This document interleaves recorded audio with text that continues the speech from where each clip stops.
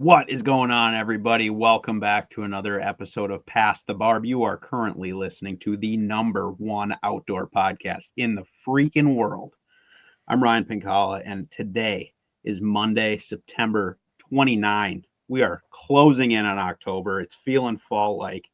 It was. It's hot as sin today, but we got a great show tonight. The boys are with me. We got Bart and Sobi in the house.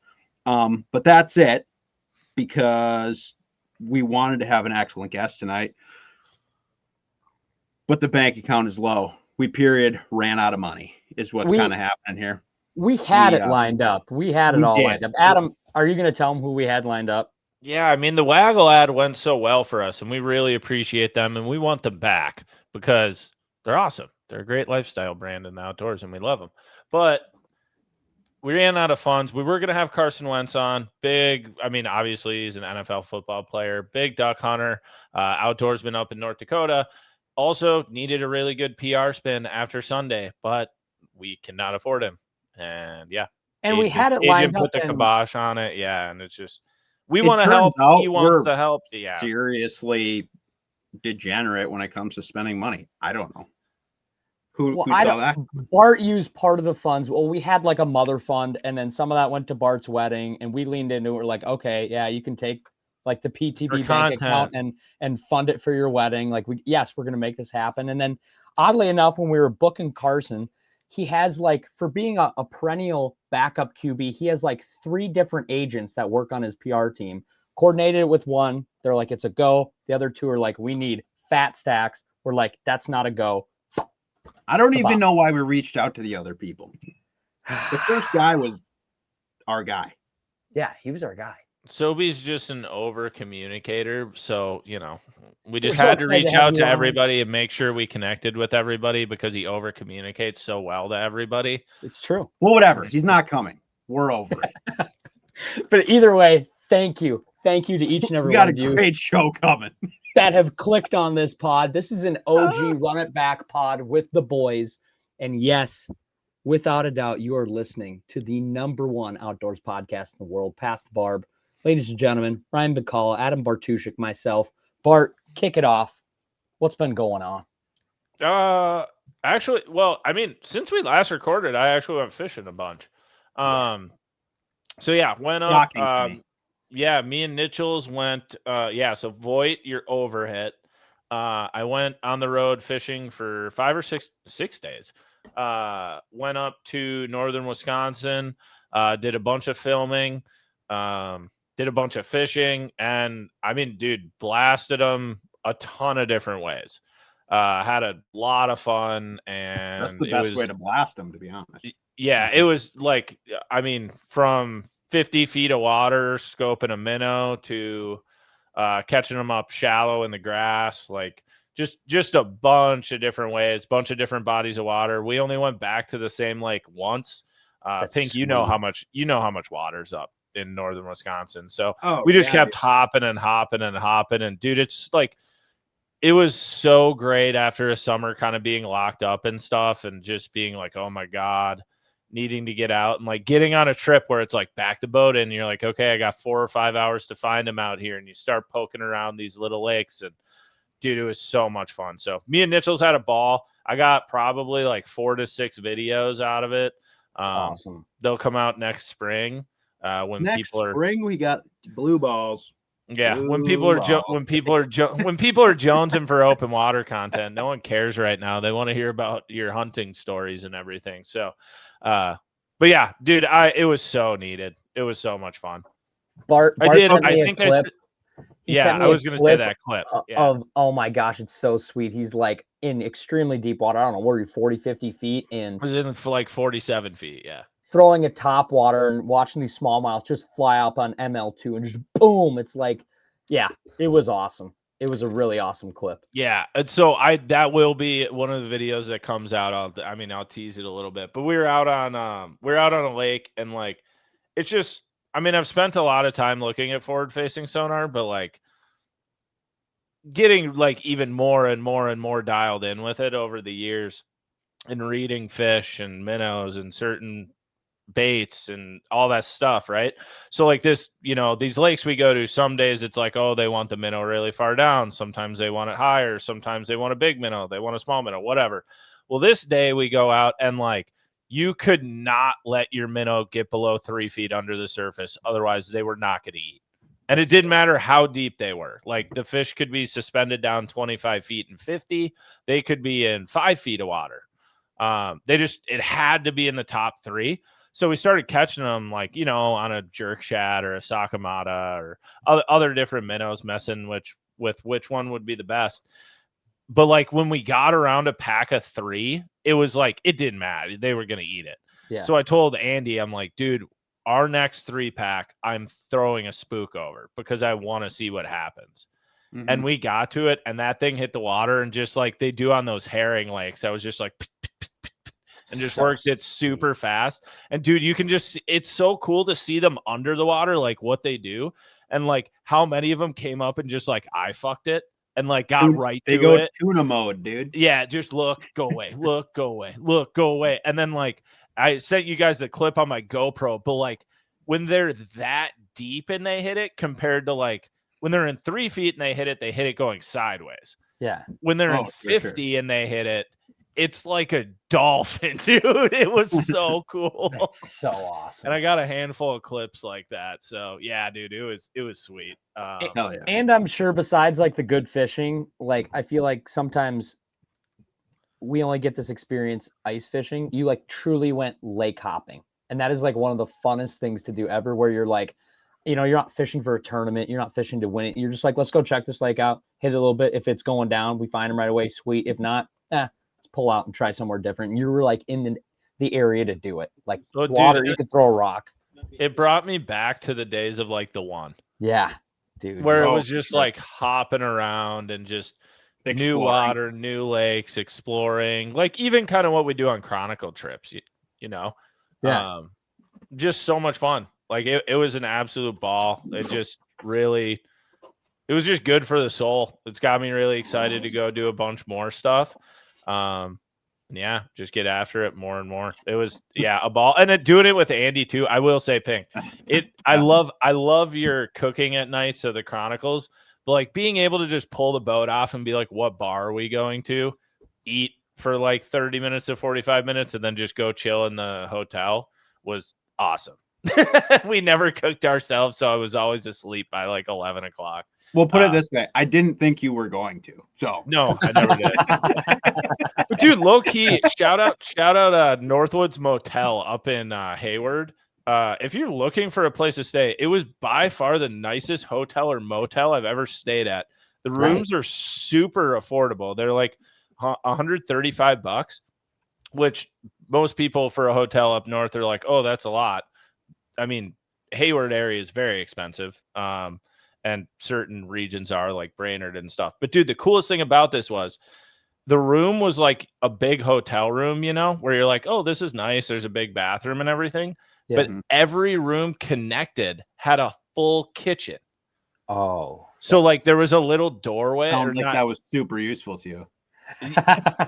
It was not for me cooking, but it was able to spread out camera gear and charge stuff. And then like I did have snacks and everything for in the morning or like leftovers. So you had a full size fridge so you could throw actual big bags of ice in it and stuff. Yeah. It was what was the plug-in situation? Actually fantastic. You just back into a big grass field and there's like a 4-way outlet. That's nice. Yeah. It was super legit, dude. Very, very highly recommend. I like it. Shout out. I like it. Shout out. Had a lot of fun. But other than that, been finalizing wedding planning. Yeah. How's that going? Good. We got the wedding booze coming pretty soon. So yeah, I had a question. I should say the planning's done. Okay, good. Well, it's more. You didn't testify. Yeah, it's more of picking up stuff. Yeah. So by the time people hear this and listen to this, I mean, we'll probably be like at my rehearsal dinner, damn near. Could be. Yeah. What's the count? Are we within 5 days? Yeah. I mean, it's on Friday. We're recording on Monday right now. Rehearsal dinner's on Thursday. So dang. I just pencil that on my calendar here. Are you super pumped like to get the first part of it done, or are you super pumped to get the whole thing done? Not in the sense where like I just want to get it done, but like, are you excited for it to be over? Excited to just make the reception? What are you most excited for? I guess maybe is a better question. I don't really know. I will say so. Like, it is very weird. Well, I suppose neither of you guys are married, so this is like a different. He's different like thing. having this premonition all of a sudden. Yeah. Yeah. It you is guys like, don't have a sleeve. Neither of you guys are married. You always just taking shots. Wow. No, it like people say like your wedding week's very different, and it's weird, and like it eventually hits you, and like I think it happened for both Alyssa and I, like kind of over the weekend, where all of a sudden you're like, oh, in a week from now we'll be at our wedding, and then like yesterday it's like trying on your suit one more time, and you're like, oh, and then like today you're doing errands, and like Alyssa was pretty like all of a sudden the anxiety starts ramping up. But it is a very different feeling. Like it hit for me seeing all of Pint's pictures. Yeah. So like congrats to the Pints, by the way. We'll hear about that wedding, but that's kind of the biggest thing for me is it's all really starting to hit now of like, oh, that's going to be me. And this is happening. Feels like real. And it's very weird too, going to an event that, like, 200 people are going to be at, and everybody cares about your wife, not necessarily you. So that's going to be interesting. But yeah, man, I'm really excited. I think everybody kind of says the same thing. I'm going to appreciate the I do's and the ceremony and everything, but I just want to get through that, have dinner, hear some speeches, and then hang out with everyone. I'm really excited for like the groom's dinner on Thursday night. That's going to be a ball. That's going to be cool. So I know Alyssa doesn't listen to this, so it probably doesn't matter how you answer this, but so like throughout this whole process, it seems like a threat. What percentage of the planning was you versus her? So like I would say like, well, you plan stuff with me. So like dates, venue, like booking things in, and then like paying for them on time and that stuff. Me, 100% me. But then like decor, finding vendors. Well, and I did photography and videography, but that was like no brainer. It's DeMarchi and Looters. So did you hire yourself? Yeah, no. That would be wild. Save costs here. Could you imagine that? In the middle of the ceremony, just like hold up, just go move the tripod to the other side to get Shoots his own wedding, and's like, I'm kind of overwhelmed. Boots, can you? There's like this big like artistic media embroidered thing on the back of your jacket. But yeah, I would say like all those details and the stuff that obviously she wants to be like very, very, very involved in, like picking our suit colors and everything. That was her. Like more of I would say the framework and making sure we got something started was probably me. And then it's been much more of her lately, just tightening the bolts down and getting it all done. What was the one thing you guys disagreed on?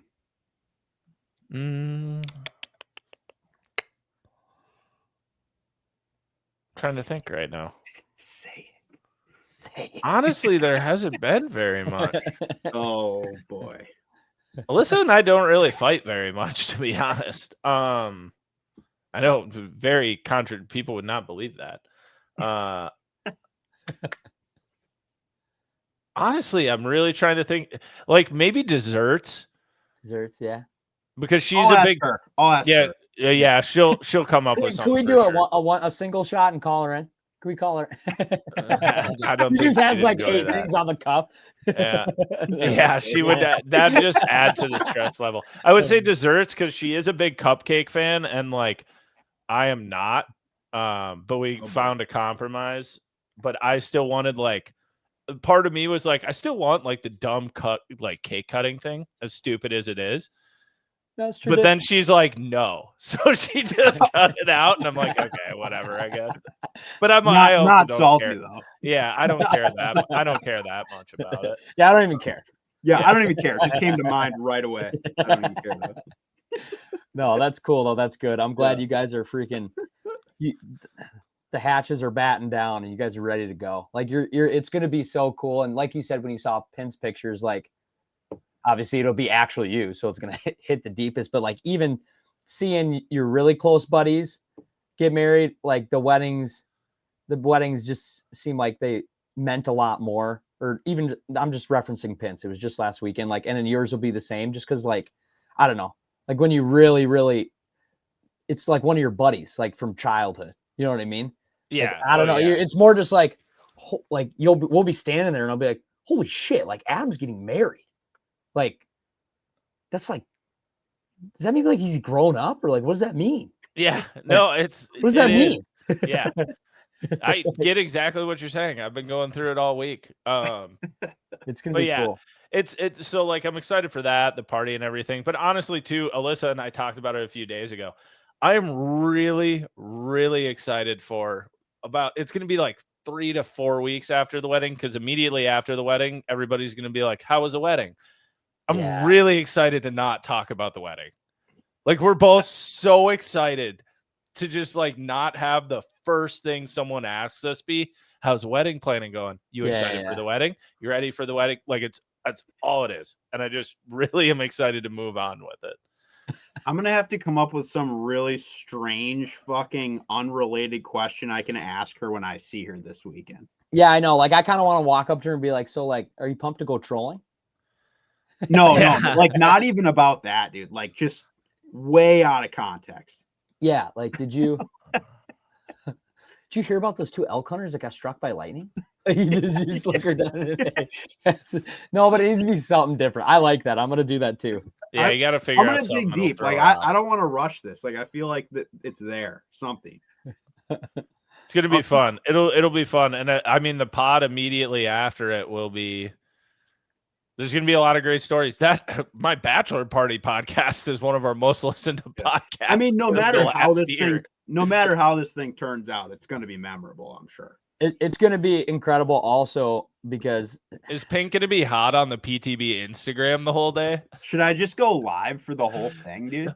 Body cam style. We're at Bart's wedding. Free live stream, no pay-per-click, no pay-per-view. Ceremony. Hold on.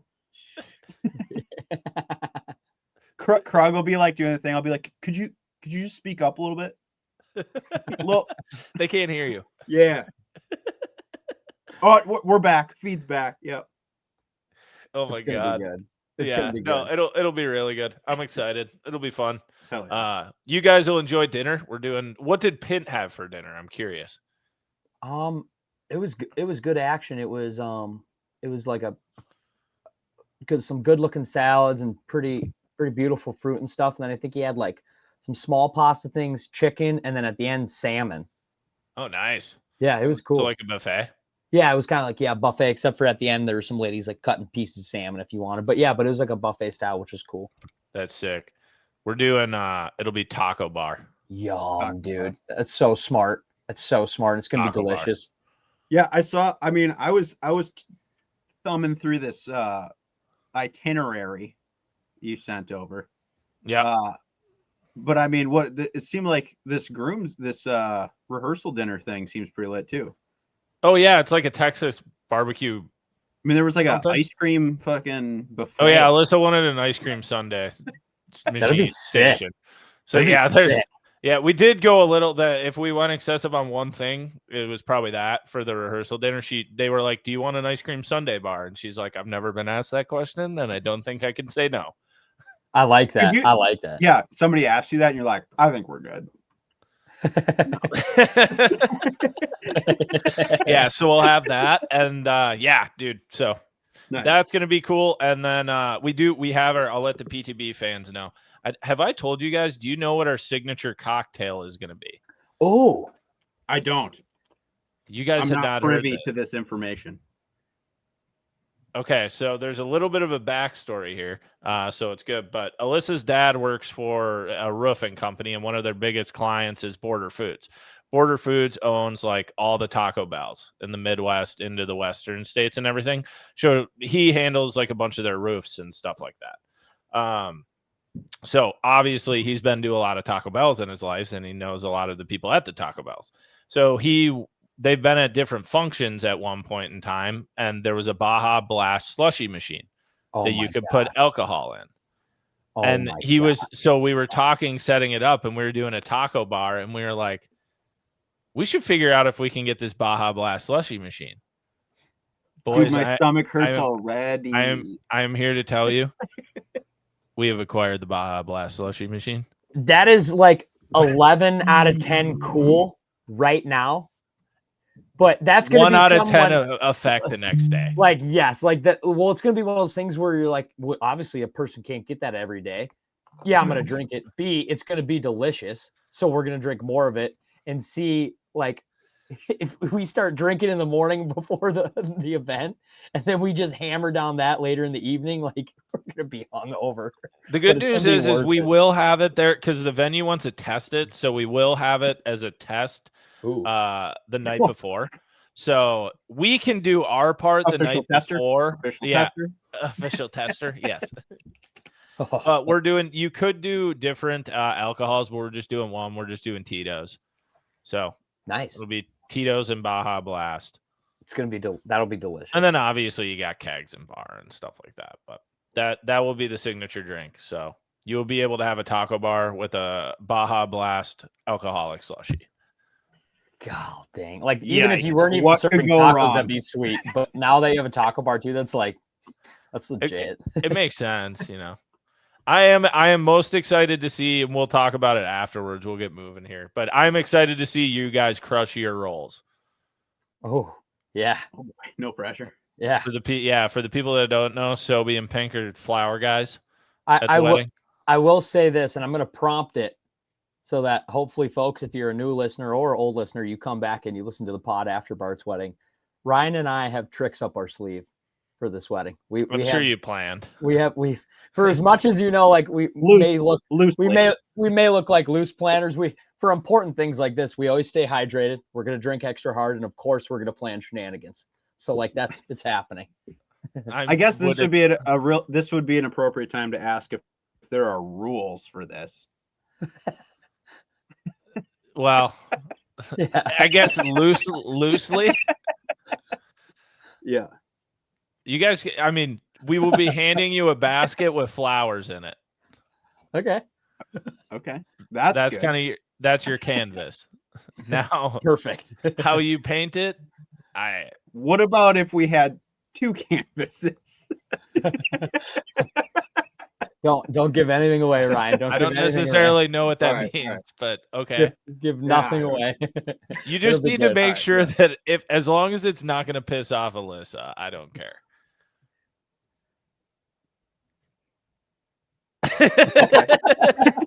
So you maybe want to check on it, but no, it'll be good. I think we're fine. Yeah, I trust you guys. You guys will be good. Have fun with it. Yeah, it'll be good. Maybe we'll make sure DeMarquis filming it. Maybe we'll make sure he gets a raw clip of whatever you guys are about to do, and we'll put it up on the PTB Insta and just be like live feed from Bart's wedding.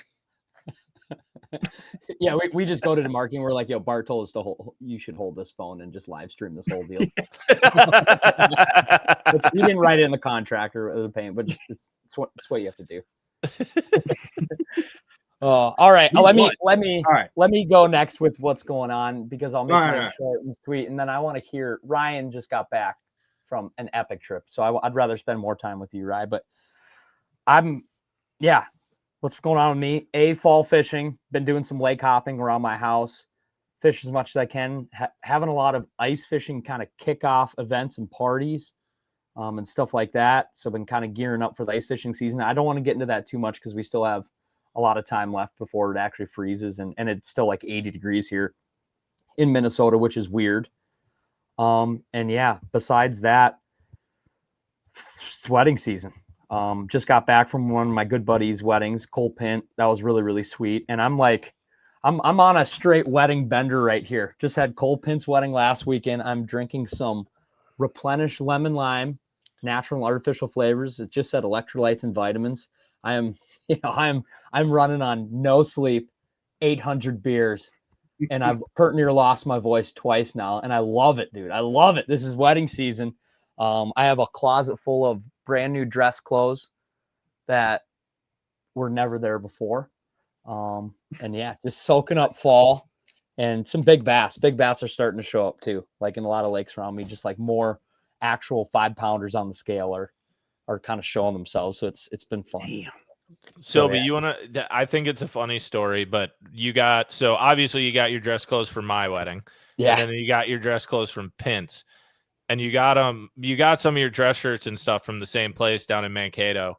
Do you want to tell the people about your experience going to like a custom suit shop for the first time? Because you called me after, and we're just like the same call that I made to you, Bart. I think I made this same call to Ryan twice before this because I was like, I just need some confirmation.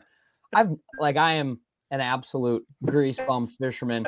Wear the clothes that I get for discount or for free.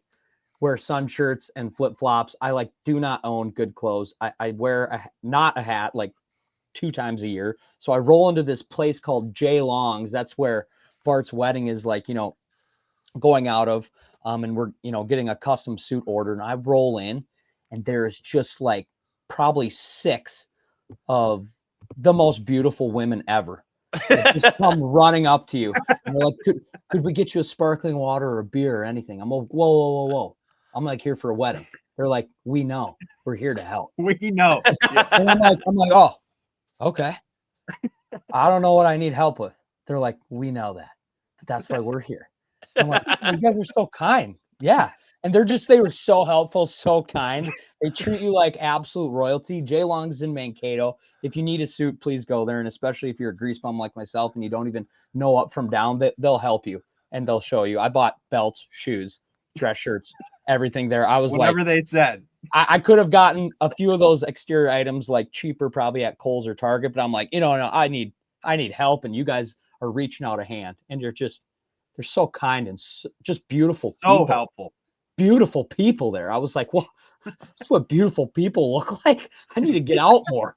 They're very good at sales too, because they show you like the $30 or $40 dress shirt and they're like, this is the one you could get and this is one you can get at every retail store. Here's the upgraded version. And it's like $120 and you put it on and you're like, why would I ever wear a different dress shirt than this dress shirt? Oh, they're good at their job. They got me for sure. Like, you're right on that. Like I was got. Like I checked my Wells Fargo credit card statement like last month, paying stuff off, and I'm like, oh, okay. I must have not noticed this at the time. No, it was all like amazing experience though. I would suggest anybody to go there, and I'm freaking pumped. The suit is actually really, really cool. A burgundy suit sounds like different off the cuff if you've never seen one, and in a picture it doesn't do justice. It's a very stunning suit. It's very cool. It's like really, I put it on and I was like, oh shit. And she's like, you look good. I was like, I know, but you don't have to say, thank you for saying that. Don't tell Steph. I left there and I called Ryan. I'm like, dude, you been here? Have you gone here yet? He's like, oh yeah. It's like, dude, I was there. Yeah, was there. No doubt. Like, these ladies are really nice to me here. I just start going in on Tuesdays and have a cup of coffee there. You showed up with more. You got all these suits and shit just all over the place. You're like, I don't know, man. Do you need anything? A morale boost. Start my Monday off. The real question is, Pink and Sobi, did either of you take the free beverage? No, dude. I had to get out of there. God. Dude, I know. I don't know why. I think I was spooked, dude. I was spooked. I was like, no, it's fine. You know, I think every guy called me and was like, dude, they asked me if I wanted a beer. And I was like, I don't really want to spend any more money. And I was like, dude, they're complimentary. They're free. They're like, what? In the moment, I'm like, I got to get out of here, dude. Great. Yeah. I love when you called me after that. I just laughed so hard. It's so good. All right, Pink, what do you got? All right. Well, I was just on a trip. I totally missed the last pod. I didn't even listen to it, so I hope you guys crushed. But yeah, I was just out in Colorado for like 11 days, I think, on a hunt out there, which I guess we can dive into a little bit more later. But back from that now, kind of, I don't know, ramping up for some more hunts and stuff that are coming up soon. And then obviously Bart's wedding, which is at the end of this week. So I'm looking forward to that. And I think immediately after your wedding, I me and Nicole are headed up north to do some muskie fishing for that weekend. So pretty much just like leaving from there, going straight up north to hopefully bang some fall muskies. I feel like timing will be good too, because it'll probably finally be cool. Like finally cool. Dude, it's like not though, but it's the first couple days. It's like leading up to this there's a pretty big cold front that's coming in, I think like Sunday into Monday potentially. Yeah, I think mid-October when we come back for this podcast, we're going to be singing a very different tune from what I've seen in the long-range projections. Yeah, but yeah, looking forward to it, and it's going to be like right around the pretty much on the full moon, which I'm super looking forward to. So it sets up like really, really good. So we kind of had this one planned for a while because we're like, oh, we're going to be like halfway there. We might as well just keep driving after this thing. So depending on how tuned we get on Friday night there might depend on how much fishing time we get on Saturday, but we're definitely going to grind the whole weekend up there, try to get a big one. Did you say, are you going northern Wisconsin or Mille Lacs? We're going to northern Wisconsin. Gotcha. Okay. I thought you said halfway there from your house, and I'm like, yeah, you are halfway to Mille Lacs. Yeah. But direction. Got it. Other direction. Yeah, but yeah, it's going to be sweet, and looking forward to that. But yeah, she's been fishing like crazy too, so kind of that's what I was going to say. Before I ask you, I've got some hunting questions I like to ask you. You got to give Nicole a shout out. What did she do today? Just today? Oh yeah, so she caught her biggest fish of the season today out of the kayak. I think it's actually the biggest one in the past couple seasons combined, but she caught a 48.5 earlier today. And then she just texted me right at sunset. She had another 42 incher. That was just super pretty. But yeah, it sounded like the one in the big one was a hell of a battle. It sounded like I got the full report on my ride home, and she was pretty freaking stoked, dude. What did it eat? I don't know if I can give up her G, dude. Like just give me she posted. She caught it on a tube. Nice. Yeah. Nice. Gosh, what I would like to know, if we could do single shot with Nicole and have her on, I just would like to know what her reaction was to her recently viral video and all the DNR officers she had on it telling her how she had too many baits in the water. Yeah, that are like from Ontario, know exactly what I'm talking about. She posted like this. So I literally saw that reel and I was like, this is viral, and there's going to be so many trash comments. Yeah, and here's the best part, because it's funny, like the way that she does social media. Like sometimes she's very just like whatever, but when something gains like some traction and there's like people that obviously like don't understand something, she just wants to roast them. And she has been like full-time job just emptying the clip in the comments, dude. Like ruthless. And it's so awesome. And then like somebody post some shit that she didn't like, and then she'd pin that comment, and then like hundreds of people would just tear this person down. and then once that one kind of like ran its course, she'd like pin another one of somebody that posted something stupid. But yeah, because I think are these comments more on Instagram or Facebook? Facebook is where it's really going down, but Instagram is good too.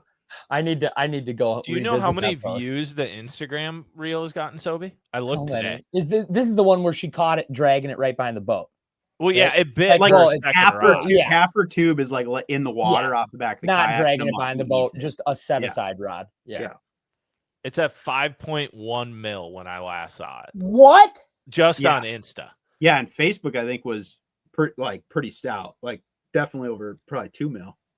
Holy enormous. So I said, the comments are viral, just like you can imagine those viral posts and that type of thing. Yeah. Half the comments are people from Canada that are telling her that it was like illegal that she had 2 rods in, and like that she was trolling or whatever. And she's like, I'm from Wisconsin, dude.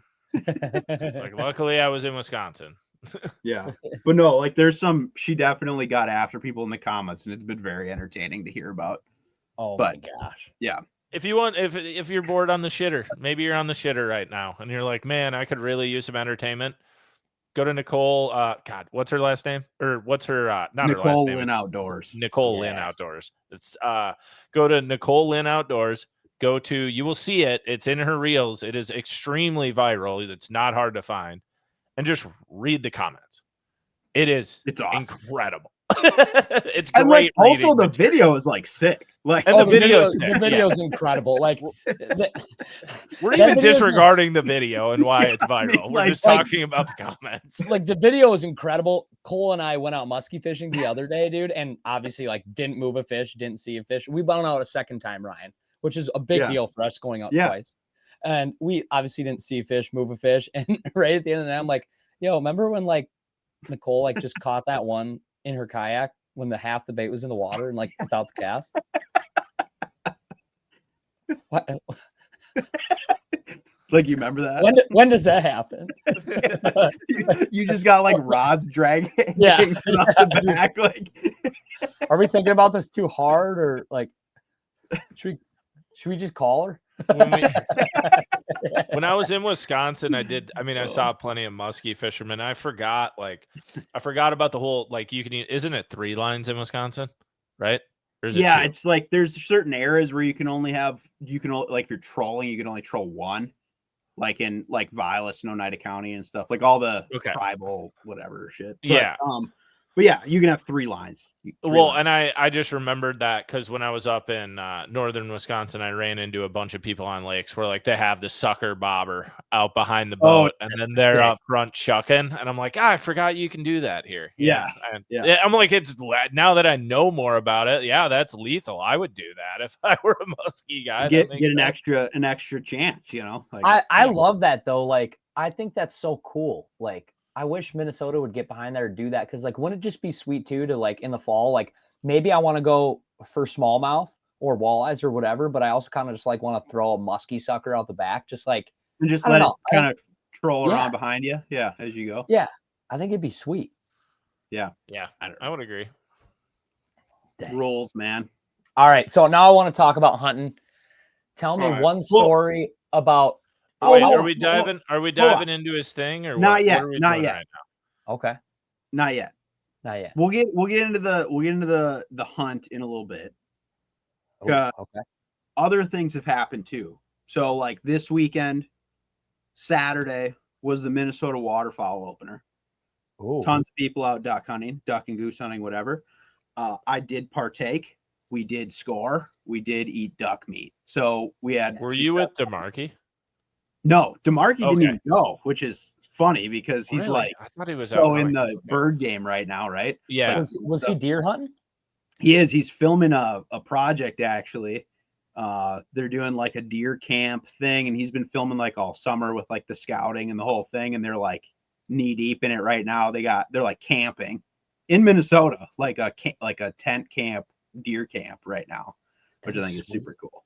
So, but yeah, he was bow hunting, and I did get a couple messages from him though. It sounded like there has been some excitement. I don't want to give any nugs though, because it is his project or whatever, but they're after him. They're after him. But yes, I didn't go with him. I went with my dad, actually. Me and my dad and the dog, and we went over to the most metro place to hunt. Yes. With everyone else. It was an absolute war zone. But we came out with some ducks, so can't ask for more than that. But yeah, it was a rowdy opener. I think it was a really warm day, and at least the place we were, like I said, there was everybody and their brother there, and I knew it was going to be that way too. It's like no surprise, but I would say 80% of the shooting went down in like the first 15 minutes. Whole morning, like right at first light, these ducks were just doing it, and they couldn't land anywhere, dude. Like, without getting in front of other people. And dude, I'm not even kidding you. I bet you there's maybe 15 to 20 groups on this single marsh. Wow. Of people. With like multiple people in each group. So there was a lot of gunfire. I would say there was probably in the range of like 300 to 400 shots in the first 15 minutes. Wow. It was just going down. Dude. I love that because I feel like those ducks so close to the metro and the geese, they like know they're safe and live just lavish lives of basically I'm gonna shit on this golf course in your lawn, and just you can't do I'll walk across the middle of the street any time of day I want with my whole family behind me as slow as I want to if I need to, and I'm going to be fine. And they just flex all the time. And then for the ones on the outer edge of that metro living, get slapped. They got it. I like that. But then it's like everyone's like, oh, because it's like it was exciting like right away, right? Shit's just happening. There's ducks zooming, and it's barely light enough to even see, right? And you can probably you just see like muzzle flash across the marsh, dude. Like because it was like and you're just like, yeah, these ducks are gone, dude. Like they are never coming back here. But and then whatever, it's like you go deal with that, and then eventually, and now it's like 8 o'clock in the morning, and you're kind of like, should we just leave? Because like nothing else is gonna happen. Like, they're all like they're gone, and whatever, and then you leave and you go to like Walmart, and they're all just walking around in the parking lot because that's where like, they're like the most town ducks and whatever of all time. But it was a lot of excitement watching. It's like then there's people that just like have no clue, and they're like a goot. Like there's a lot of people that'll like walk out to the tree line, like they don't have a boat or anything. Like we like kayak or whatever. They just sit on the tree line and like stuff flies by and they just shoot at it. Well, it's like it's comical because it's like they're like shooting at geese that are like 100 yards in the air. Yeah. Like the effective range of a shotgun, Bart, is maybe like 40 yards. So like. They're like straight up and they're just lobbing, empty the guns, and then like the goose is like unaffected, like doesn't even know that anything even occurred. So yeah, it was funny, and I did not go again on Sunday. I just kind of one and done it on Saturday, and we ended up shooting a handful of ducks and made some food out of them, and that was cool. What'd you make? Well, a couple different things. So I had some plucked ducks that I smoked. Nice. I like brined them overnight, did like a 24-hour brine on them, did them in the smoker.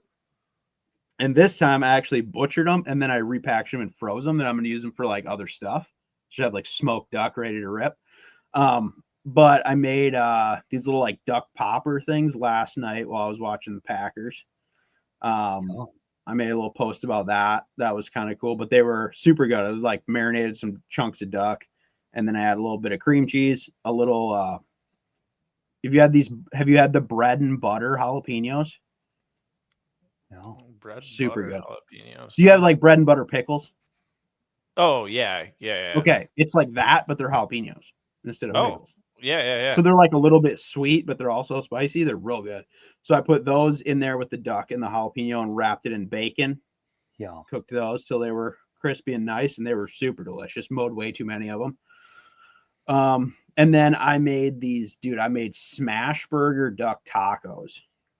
Right after I saw that. Those look right after we got good. Like literally we went and shot the ducks. I came home, I cleaned them on the tailgate of my truck in the driveway, and then I made those.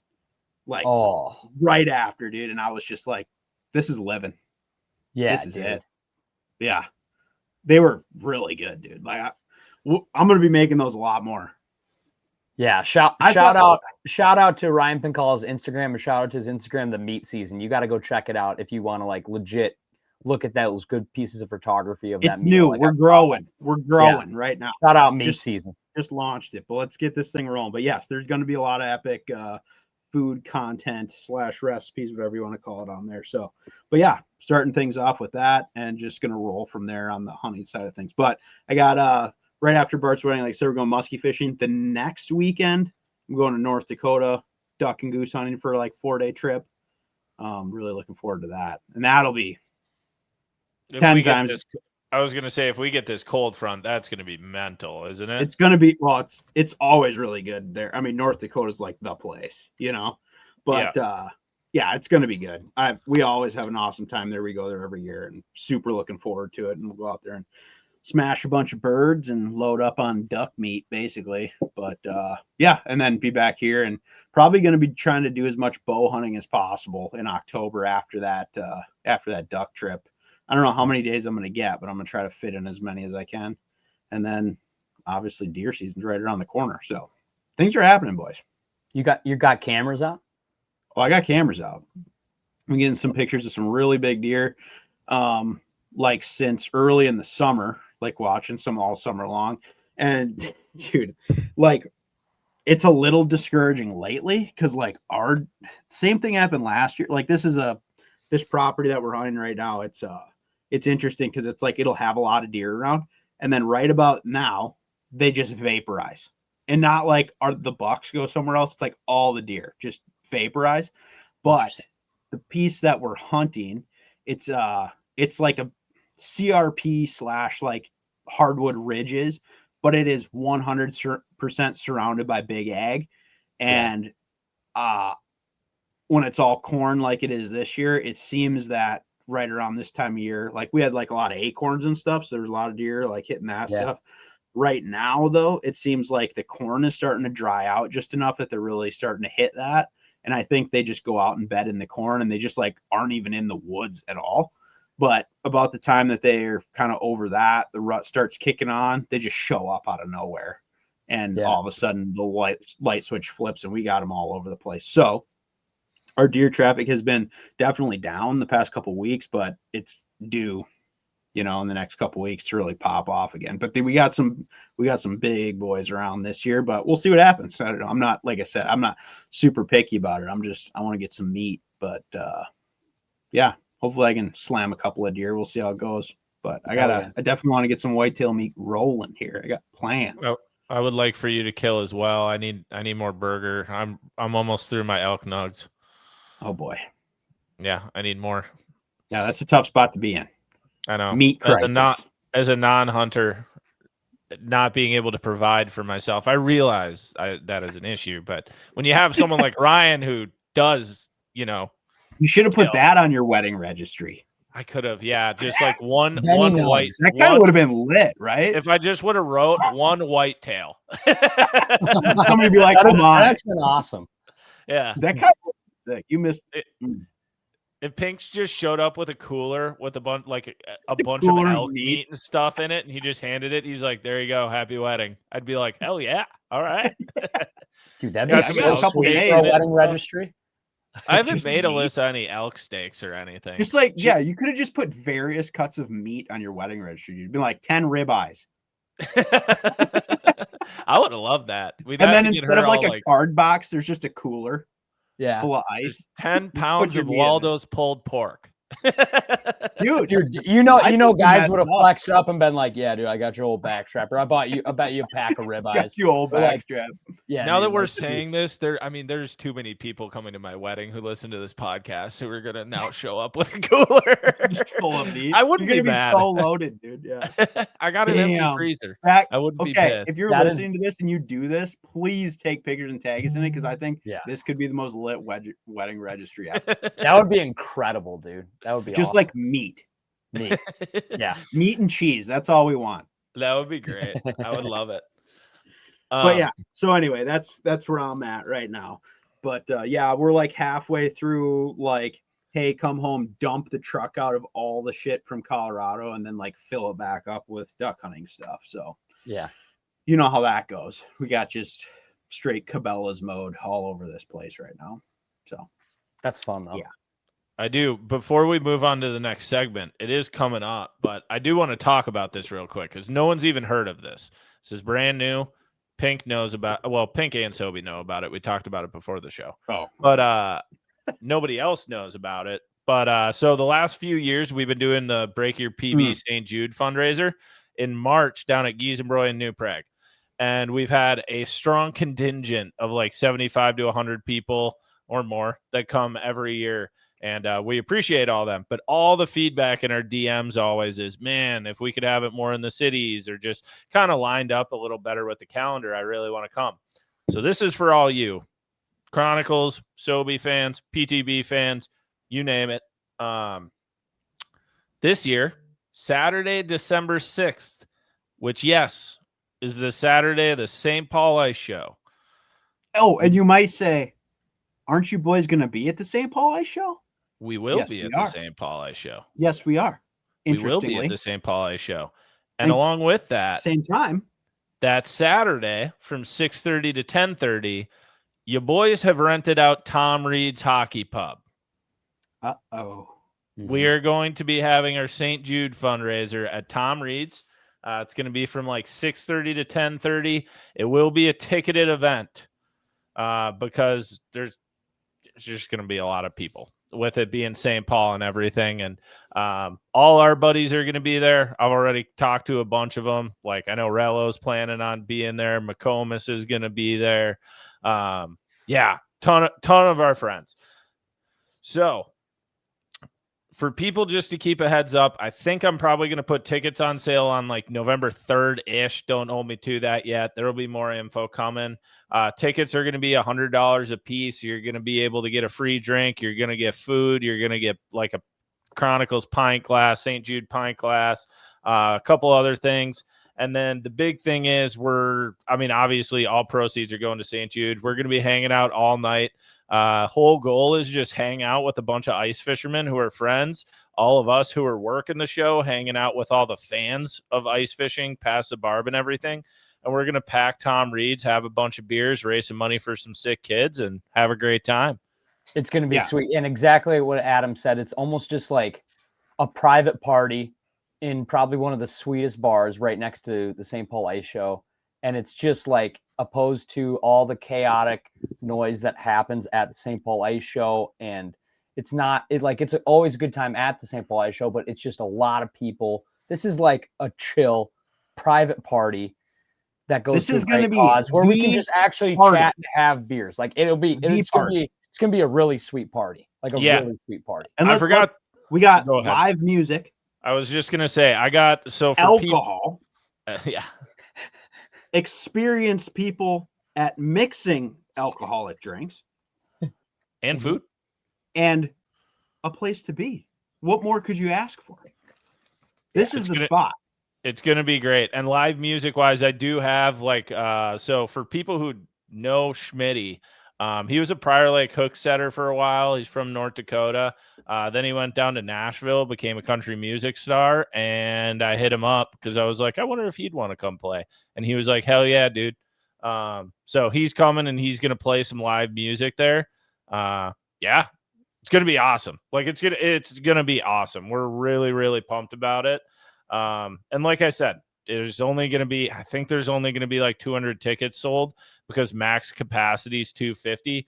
So when we put them up for sale, if you want to go, you're going to want to buy one. Cause I don't think unless you plan for it and buy one, I'd really honestly don't think you're going to be able to be like, oh yeah, we'll just walk in day of and buy a ticket. I don't think so, dude. I think it's going to sell out pretty good. I think it'll sell pretty quick, probably. Yeah, I think it will too. So with that, we're really looking forward to it. Want a bunch of people to be there. If there's any resorts listening to this or ice fishing guides or whatever, we do have a couple people who've donated trips that we'll be doing for silent auction items, and those will be online. We're going to be doing them on eBay. So if you can't make it, but you're like, man, I want to bid on something and help. Like I know Matt Johnson's doing a half-day guide trip. I'm sure Griff will be doing a guide trip again. Josh Leesberg donated a 4-person guide trip to Upper Red chasing trophy crappies. So sweet. That is going to be sick. Yeah, dude, there's just going to be a bunch of awesome stuff. We're going to raise a ton of money. There's more details coming, but the biggest thing is if you're going to plan on going to St. Paul, plan on going Saturday, be ready to buy one of these tickets, snag them, come hang out and have beers with all the boys. It's going to be a time, and it's for the kids, no matter what happens, it was for the kids. Yes. Come be responsible with us together. Please. I'm looking forward to it. I think it's going to be super fun. It's going to be cool. It's going to be the one we've done at Giesenbroy every year is super fun. We're like, God, we need to get more people. So we're like, we go from like isolated New Prague in March when everyone's like not hyped about ice fishing to like Tom Reed's St. Paul Ice Show weekend. Yeah, it's great. Because normally it's like, everyone's in shambles by the end of the season. And it's just like, I don't know, man, and it's like spring break, it's like, it's the whole thing. But this is it, dude. Yeah. Like people are going to be hyped. Yeah. It's going to be a lot of fun. Yeah.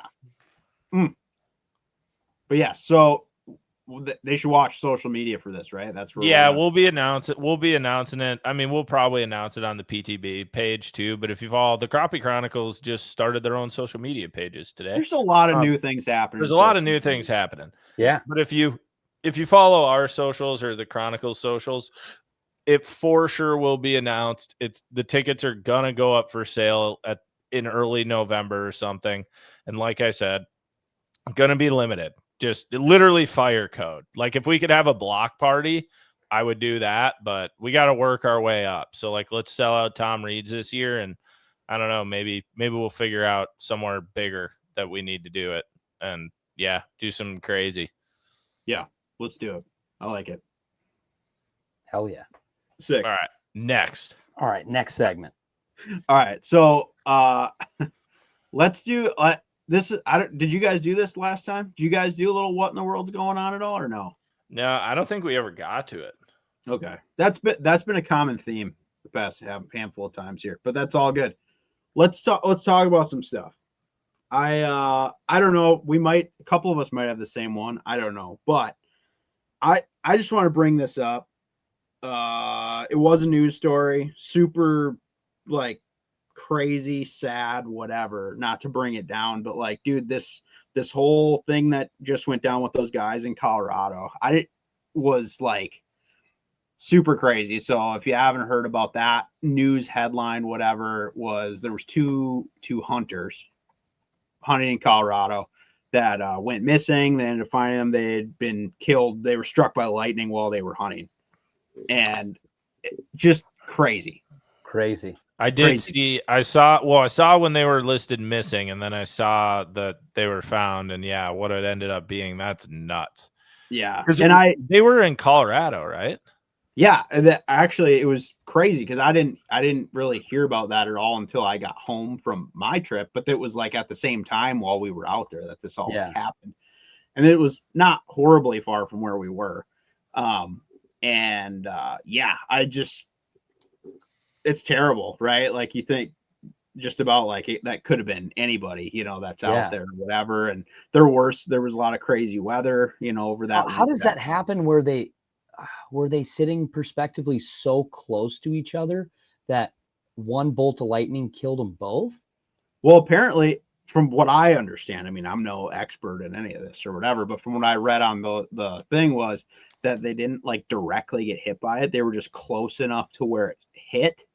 And obviously they were hunting together. So they were probably just like walking together or whatever, probably hunkered in somewhere trying to like either wait it out or I don't know. But I don't have all the details, obviously. But yeah, I guess that it just hit so close to them that they apparently like got enough electrocution or whatever that they just like got killed.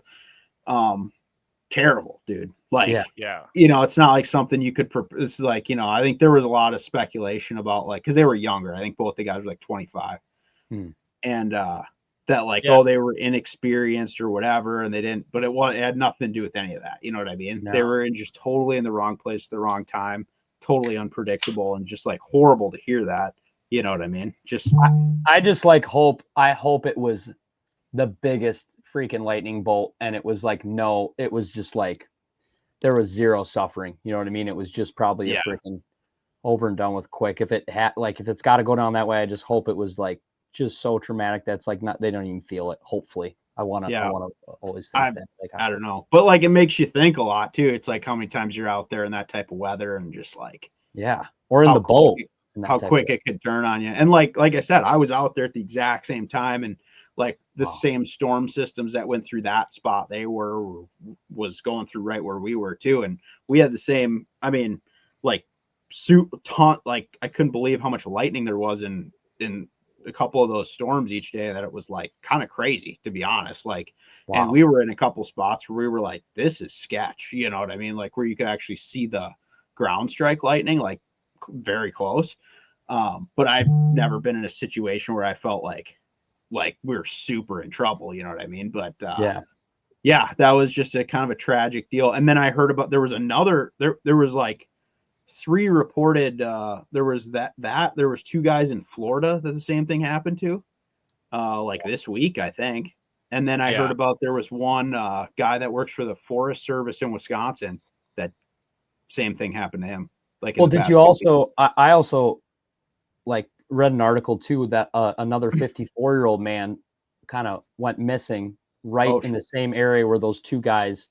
Oh, really? Yeah, like this is just really new, like really, really new. Yeah, I did not hear about that yet. And they were going to try to send in helicopters, and I guess there was just like, yeah, it was too bad of weather for them to go. I guess I could pull it up. Yeah. Well, anyways, I mean, I get like people are like, oh, well, it's just like people are reporting it more, yada, yada, whatever.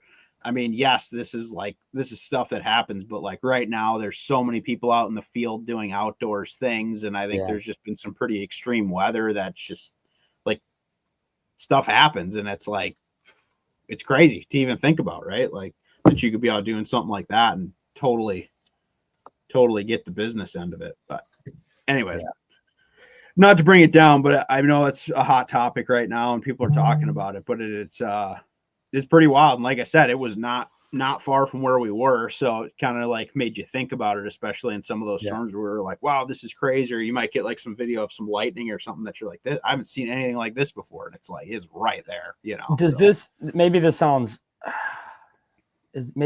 like, is this too obvious or I don't know, but like, is there a lot more people struck by lightning in those areas just because of elevation? Like, are you that much? I mean, are you that much closer to these cells? Like, does lightning strike the ground even that much more? Like, I have no idea. Actually, I don't know the answer to that. Dang. Maybe some weather folks can drop some intel on that. But like I said, I mean, I've never really heard of this happening really, that much. I mean, I'm sure, there's probably some stat that's like, oh, there's many people die from lightning strikes every year or whatever. But I don't know. It just hits different when it's like your demographic, right? Some like young hunting guys just out doing it. Yeah. And I don't know. Seemed just hit me just the right way, I guess, when I heard about it. And I was like, damn. Yeah. Like, that's crazy. Yeah. And that was mine I was going to bring up too. So Bart, if you got another one. Oh yeah, I got another one. I was just gonna say with it too is like it is a good reminder. Like obviously they're wrong place, wrong time. It sucks, and it's like you can't avoid it. But it also goes along with like what we do ice fishing is like Mother Nature is undefeated. And if you're ever like, do I want to test this? It's like just remember elements, and you put yourself in situations, things can go bad. Not saying obviously they did any of that or anything like that. It was just wrong place, wrong time, right? Like, and it's unpredictable and all that. So, just things to be aware of. Yeah, and I mean, it shouldn't keep you from doing cool shit, but it's just like one of those things where it's like, man, I never really even considered that, right? Like, yeah, maybe I'd like pull into a boat slip when it's getting rowdy out somewhere or pull up to shore, but like, I don't know. Yeah, and I don't even know what you do hunting because, like, for example, when I'm on a lake and I start seeing lightning, like, I don't fuck with lightning. I get to shore. Like, especially, I got raptors in the back of my boat, and I'm like, it's me and 2 raptors. Those seem pretty easy to get hit. I'm good. I like going fishing. So I just always go to shore. But I don't even know what you do hunting. Like, you go under a tree, like, but then the tree gets shocked. What happens? Like, yeah. I just don't even know really what you do. Maybe you know more, Pink, but I don't. I mean, like I said, I've always just tried to get low, like if like out west. I guess we'll chat this story in a little bit, but yeah, like we were way above tree line. We have a big storm like that, tons of lightning, ground strikes everywhere, and we were like, shit, this is not like this is the real deal. Like, and it was super like we were inside of a cloud, right? So you can't see more than 50 yards or whatever. And then you just see like lightning coming through it and spiking, like, and it was within a couple hundred yards, like actually where it was hitting the ground, which I'd never seen before. And we were just like, we got to just get down to where there's fucking trees, and just like get in there. And that's what we did. And we just rode it out there, and like, luckily nothing happened, but like, I don't know. I always just assume try to get covered by something and get it low, I don't know. Low, yeah. Just try not to be a tall thing. I don't know. That might not be the right thing, but that's how I've always felt about it. But this is also probably the most Sketchville scenario I've been in with lightning. So yeah, I don't know. Dang. But yeah, what do you got, Bart? On a more positive note, heading towards ice season, automatic hook setting devices are now legal in Minnesota. Yes. Trout opener is about to look real different around here. Oh yeah. Oh yeah. Thwack. Yeah. I think a lot of people were never even thought that was going to happen ever. And like, I didn't really know it was ever up for debate. And all of a sudden it was just like legal.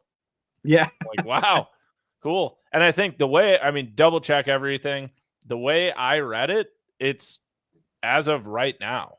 It's not like you have to. I think it is in effect right now. Once again, do not quote me as your source on this. Read your rules and regulations. The way I understood it is in effect for this. Like, once ice hits this winter, you're good to go. That could be pretty nasty for like a lot of things. Yeah, I think like Pink and I were talking about it too. I'd be intrigued to see how it works for walleyes and stuff because I feel like walleyes like take a bit longer to eat their bait normally. Yeah. But like with trout and even panfish, if you want to use them for or like perch, pike, stuff like that. But walleyes will be interesting. It'll be interesting to try because like it'll be interesting to try. Like I want to try like on early outside of like trout fishing, I haven't seen the application of it like too much. But like I'm curious, yeah, like you're saying, like for pike, like I do a lot of pike fishing, but like it's like, like it seems like a lot of times you're letting them like eat it, but like maybe it's not necessary. I mean, until you start experimenting with it, right? You'll never know. Yeah, maybe you actually don't need them to eat it because they actually eat it, and then when you leave them there longer, they just start like playing with it more. Or I don't know. I guess we'll see because you're always just kind of like thinking about how they have it in their mouth, or like, oh, when he's running, it's swimming away from me, so it's whatever. But yeah, I don't know. It'd be fun to play with. I'll definitely be using them a little bit. Could be kind of lucrative for some really, really big crappies. It could be. The only thing that's hard with those and crappies is crappies' mouths are so soft. Ooh, but they are. Yeah, it comes down to the rod you're using too. It does come down to the rod you're using in the sets, but yeah, I'm sure it's something we'll mess with. Yeah, but like, I have no idea. It'll be very interesting. I don't know. Like I said, I have no experience with them other than like everybody who's had them in states where they're legal. Is there like these are the deal? But like being from Minnesota, when I go to Wisconsin, or I think are they legal in Montana? Oh, I assume. Or the Dakotas? They don't have a lot of rules. I assume. Yeah, I don't know. But like when I go to other states, I never even think to have one for other states because I can't do it at home. So I'm not really that experienced with it, So now I'm like, okay, I would like to start dabbling with this and trying this. Like it might be good. We just haven't added it to the arsenal. Oh my God. Everybody will see. I mean, teaser for episodes that'll come out in like the next month or two. Pink, could you? Oh, fuck. You weren't there. Never mind. It's for Waldo. Say words, dude. One of the places we went in Montana where we caught so many trout. Where the trout were. Yeah. I mean, dude, yeah. I think it would be mental out there. Oh, dude. Oh, my God. We like jigging rod. We caught dozens. I mean, don't like a lot of the guides use those on Cascade for perch. Isn't that like a big deal I think they might out there. And that's out like acres of them and shit. And now that I think about it, I'm like, oh my God, that could have been ridiculous. Like we could have just sat there and just watched them just go pa-ching, pa-ching, pa-ching, pa-ching, pa-ching. That'd be sick. But I don't know. It's still super fun catching a jig. Dude, I could see it for crappies, even like in the right scenario. I think it could play. Yeah, I think so too. Yeah, right scenario, right place, right day. I just had one pop in my head that I'm gonna do. Yeah, I think some scenarios, especially that like you would like, Ryan. I think they might work there. I'm serious. Like, think about it. You thinking what I'm thinking? I think so. Yeah. I think so. I probably think I know what you're thinking. Yeah. But evidently we're not saying what we're thinking. I don't want to say it in case you guys want to do it, and I want either. I want to do it, and I don't want to say it. Yeah. Okay, then we won't say it. Yeah. That's why I'm not saying it. It's a good idea. You might see us mess around with some automatic hook setting devices this year. Yeah. Because it's legal now. Yeah. It's legal. I think. Maybe. Well, it is going to be legal. It is just a matter of, is it right now or is it when the date changes? I believe it's right now. But once again, I am not your source for rules and regulations. Please read up on them. Yeah. I believe it is. So, yeah. We do have fishing licenses, though. So we are. Yes, we do. We do. All right. Anyways, that should be cool. Yeah, I'm interested to see. I think that it'll come into play more than maybe potentially we think. I would really like to see underwater footage of like a 7-inch bluegill getting smacked by one of those things. I mean, that's gotta. There's your viral Insta reel for you, Sobi. Boom. Yeet. Yeah. Right to the bottom of the ice. Damn. I actually might do that once this winter. Just put like a little waxworm down on a perch school and hope like a 3-inch perch somehow pulls it. Or those in like those real stingy shallow gills water. that just go. Yeah. Yeah. In like 2 or 3 feet of water, and just put a aqua view down there and point it at it just so I can get the satisfaction of the whap. A real slap to the face. I'm That's ready. for sure not why they were made legal too. They were made legal for other. You know, guys are gonna put them in their hard shacks and just sit back there and like have their aqua views on and be like, oh yeah, here it goes. Oh yeah. I would think there's got to be some pretty good satisfaction to hearing one of those go off in pretty close range. Just Oh yeah. You know, like kind of like an iFish Pro, you know, when it goes off, that sound is like in your brain. Like you don't even have to be looking. You're like, yo. Yeah. Yeah. Dang. All right. Any honorable mentions on what's going on in the world? Any new cool stories like that? I mean, I'm sure there is, but we can move on. Yeah. I don't know. We'll move I'm on. sure there's stuff. If you hear about something, drop in the DMs. We'll check it out. All right. So let's try this. We'll see where this goes. We got a new segment. New segment alert. Beep, beep, beep, beep, beep, beep, beep. Yeah. All right, we're pretty proud of this one, by the way. But yeah, so this week debuting new segment. I think this would probably be a recurring one. You'll see around. A lot of variations on this, but we are calling this segment Chat PTB. And this segment will be solely based around getting ridiculous outdoor content from Chat GPT. I think this is going to go well. I really do. What do you boys think?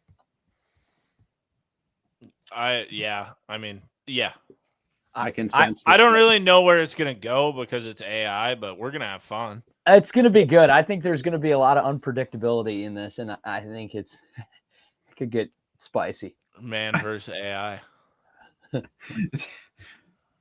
So this is basically what we're stooping to, I guess, is what we're getting at from this whole thing. As anglers and outdoorsmen that love to just test the limits, today we're taking on artificial intelligence. Am I right, Babalo?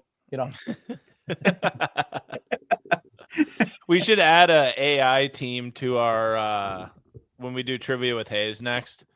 Oh yeah, ooh, that would be good. We have to have an AI team, and when he asks the questions, we'll plug it in and see if it's actually right. Ooh, that would be good. Yeah, but like you get like kind of like a challenge, like a fact check. Yeah. And shout out to Buddy Hayes too, dude. Like I think he's about done with his guiding slavery, and I think we got to bring him back to do a little trivia action.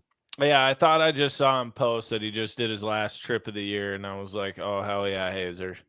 Yeah, come back to PTB Nation. I just feel bad for all those Metro bass and Gull Lake bass that are about to feel the wrath of a jig for the next month from Hayes Baldwin. Hayes goes on an absolute fall tear, dude. He's out for size too, but numbers, dude. He wants to set the hook on green bass as many as possible for the next month. He will hurt them in every lake he can. Those poor Gull bass.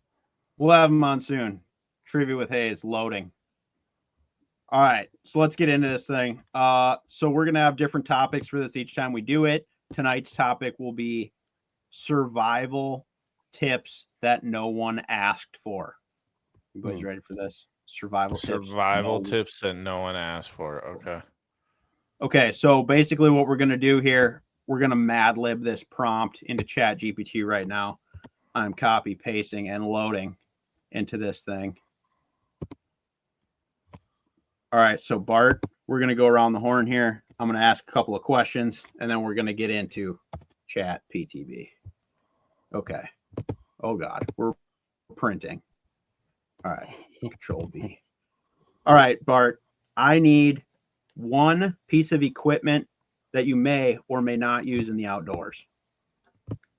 Tractor. A tractor. Perfect. I love that. You're right. I don't know. Yeah. Sam Sobi, I need an item that you might find in your junk drawer. Toenail clipper. Got it. Toenail. Can you bring that to the wedding, please? Just in case.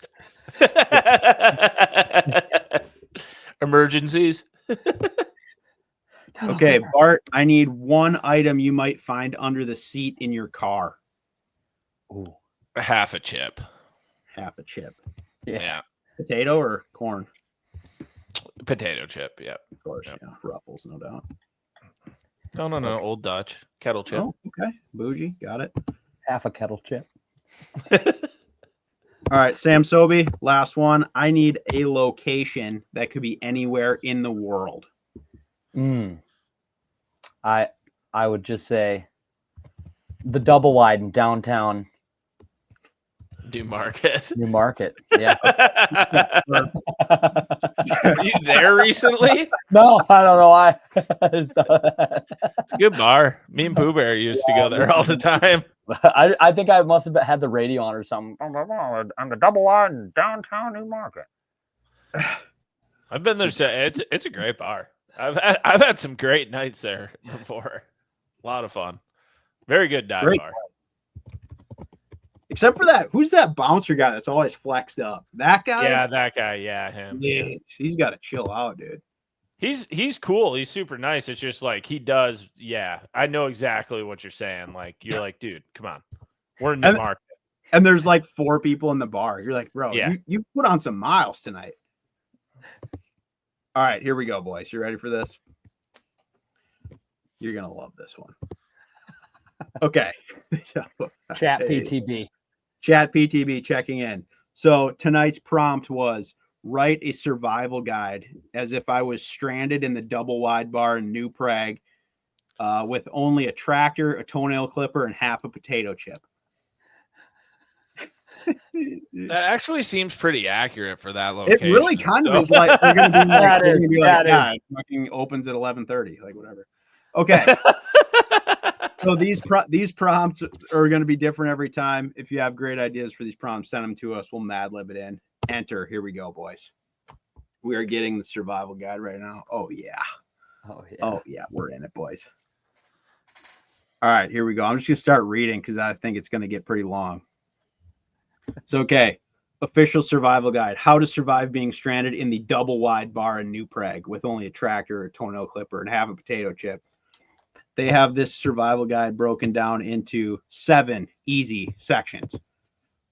1, assess your situation. 2, establish shelter, secure hydration, procure food, defense and social tactics, and an escape strategy, followed by the golden rule of the double wide survival. I'm going to go through these real quick. Tell me, boys, what you think. Having actually been there, we'll see how accurate this really is. Yeah, I'm very intrigued. Okay, step 1, assess your situation. You're stranded, not on a desert island, not in the Alaskan bush, but in the double wide. Your predators, regulars, or strong beer. It says your predators, ? Regulars with strong beer guts and stronger opinions on who has the best tractor brand. Your resources are limited but legendary. You have a tractor, your trusty iron beast, power, intimidation, and if all else fails, indoor transportation. Toenail clipper, precision steel, could double as a surgical tool, a lockpick, or surprisingly effective weapon in the wrong hands. And half a potato chip are your rations. It's either a snack or currency for bartering for bush light. That sounds accurate. Step 2, establish shelter. Your tractor is now your mobile bunker. Park it by the jukebox for maximum intimidation. Bonus, if anyone tries to skip your song of choice, fire it up and let the diesel rumble speak louder than words. I'm going to say that they're talking touch tunes on this one. Yeah.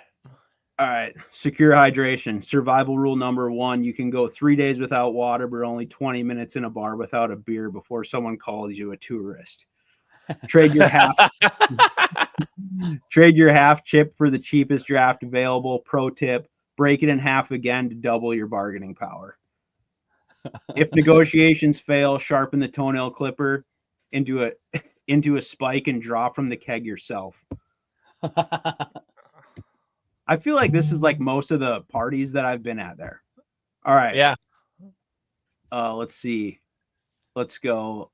The food procurement. Half a chip won't last long. Here's your strategy. Use the toenail clipper to carve IOU into the coasters and run a long tab.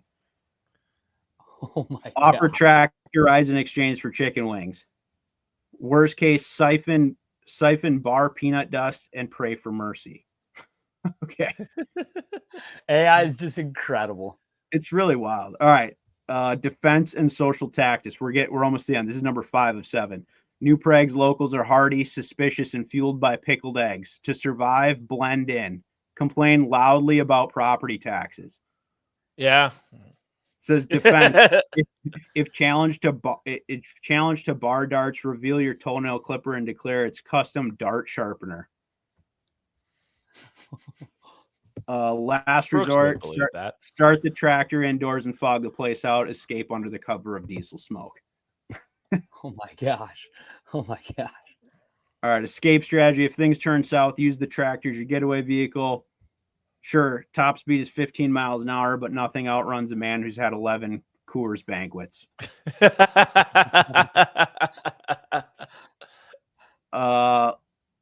Clip the potato chip into confetti and throw off pursuers like tactical chaff. All right, last one. The golden rule of double wide survival. Never, under any circumstances, let anyone else touch your potato chip. That's the ticket home, your lifeline. You're involved. I like it. There you go. That was good. That was good. So send us in your prompts. We'll doctor it up. We'll see what we can do. But we are very much looking forward to training our chat PTB on everything outdoors. So stick with it. I like it. That was good. That was good. The good news is we got room to improve too. It was good, but we can do better. Yeah. Now that I've seen it, I'm like, okay. We're gonna ease into it. Like I said, we'll go a million directions with this. I think it's gonna be good. Let us know your thoughts. I love it. Chat PTB coming to a podcast near you. All right, Bart. Let's dive into a little sports talk here, and then we'll get into some story time. Yeah. I mean, obviously, I think most people want to hear about the NFL. Sobi, I'm just gonna say, Pink, plug your ears. Trust tree right now, Sobi. Nope. Trust tree right now, Sobi. I'm worried that this might be a nightmare year. This is not a safe place. I'm a little worried. Like, I want to be optimistic, but our offensive line is a disaster. I want to believe JJ's the guy, but I don't know. And I can't trust Carson Wentz. And there's too many times every game where we look like we have no idea what we're doing. But other than that, we're really good. Really good. If I have to put some sort of a Minnesotan glass half full twist to that, even though I full-heartedly agree with everything you've just said. Like, we are so talented everywhere except for getting the ball to someone. It's a new story. Here's my glass half full deal. It's a new story. For the past couple of years, we've been saying we are so freaking lightning electric, and everybody is just like, well, probably just fumble it during the playoffs. What if it's a new story? What if it's like, dude, remember when we were like, we kind of looked like shit, and we've got all this talent and things are kind of in disarray, and then we totally bring it together right before the playoffs and freaking swoosh. I will say it is a long season. Things can change very quickly. Yeah. The year we went to the NFC Championship, we did kind of a similar start where you were like, what's going on right now? Quarterback got injured. Like, it was very weird. So I definitely can still see it happening. Just my major concern right now is just our offensive line is so bad. Yeah, but our O-line is on tough the to beat. opposite side of that, our defense is so good. Yeah. Like so good. Our defense. But well, you know what they say, defense wins championships, so I wouldn't be worried about it. Yep. And I was literally thinking about this last night leading into this segment when I knew I was going to have to talk about it. I was watching the Packer game last night. And like in the first 2 quarters, I was like, oh my God, this is going to be one of those fucking years. I'm going to have to just watch the Packers decimate everyone and just roll all year to like an NFC championship or a Super Bowl. Like I just watching this.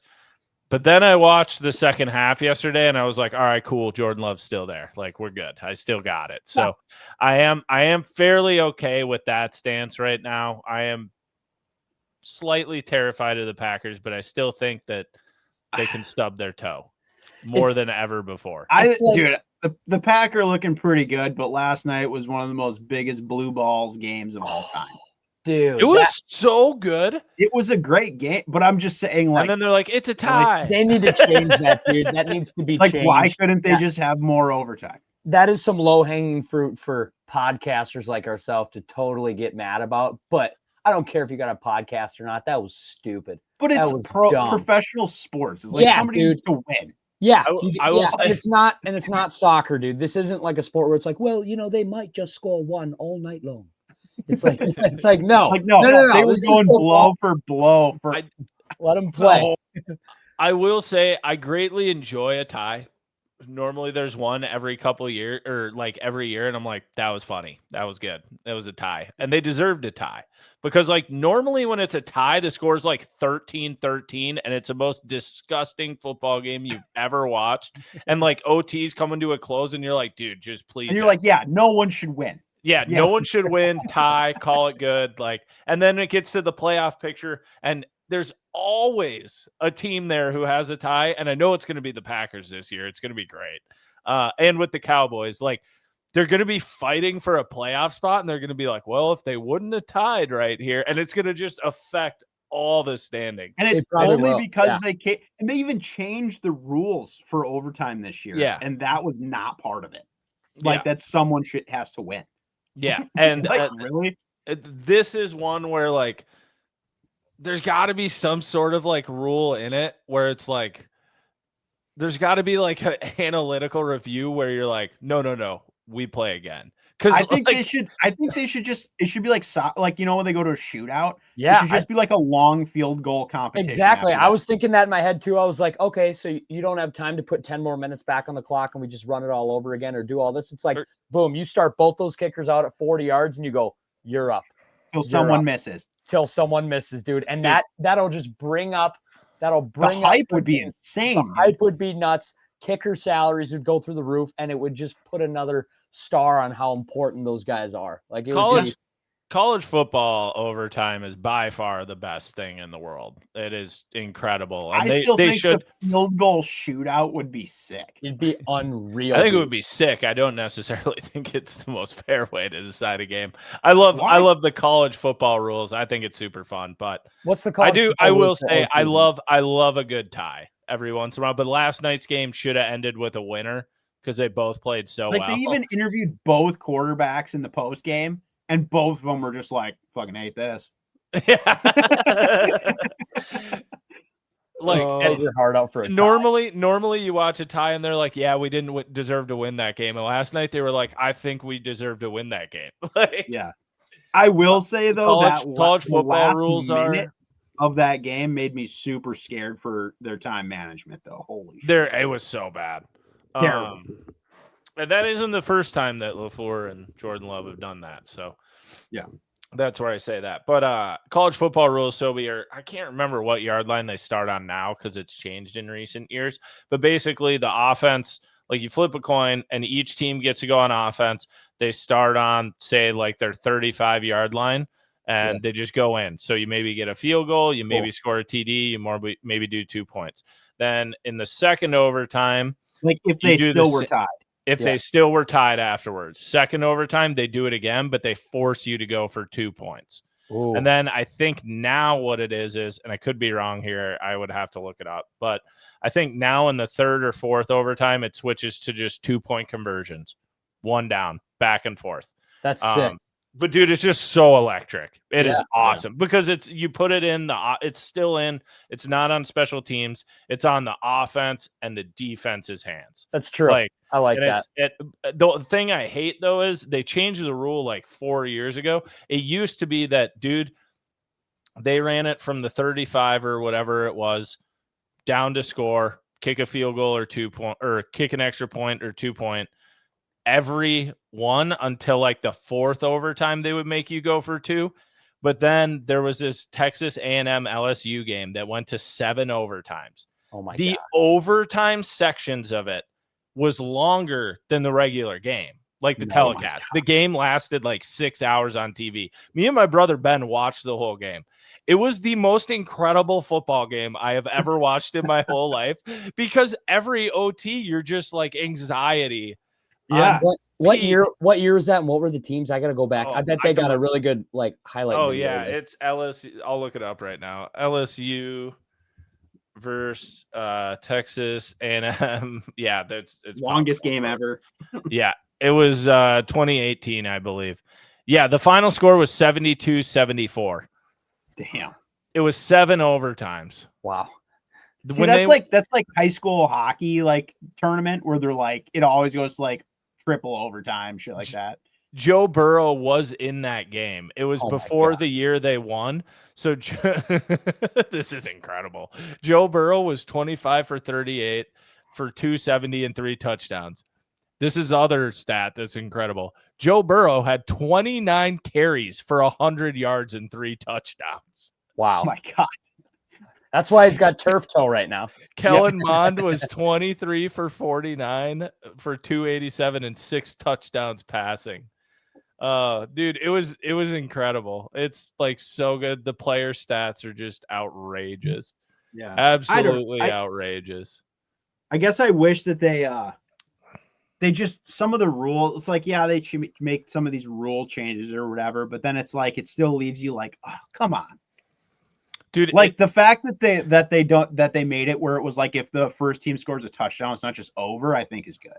Because that was 100%. That was a Patrick Mahomes rule. That was terrible. It was like, really? But okay, sorry to go back to this. Just how electric this was, and just shows how variable it was, how they had to go for it. Yeah. In the second quarter, in OT2, they both scored 7 points. In OT3, they both scored 8 points. In OT4, they both kicked a field goal. In OT5, they both scored a touchdown, but both missed the 2-point conversion. Oh my God. In OT6, they both scored a touchdown and got the 2-point conversion. In OT7, in the 7th overtime, they both scored a touchdown, but A&M got a 2-point and LSU didn't. I just picture their head coach and their offense coordinators, defense coordinators, just like digging to the back of their playbook. Like, what have we not ran? What have they not seen? Oh, dude, it was hilarious. Making it up probably on the spot.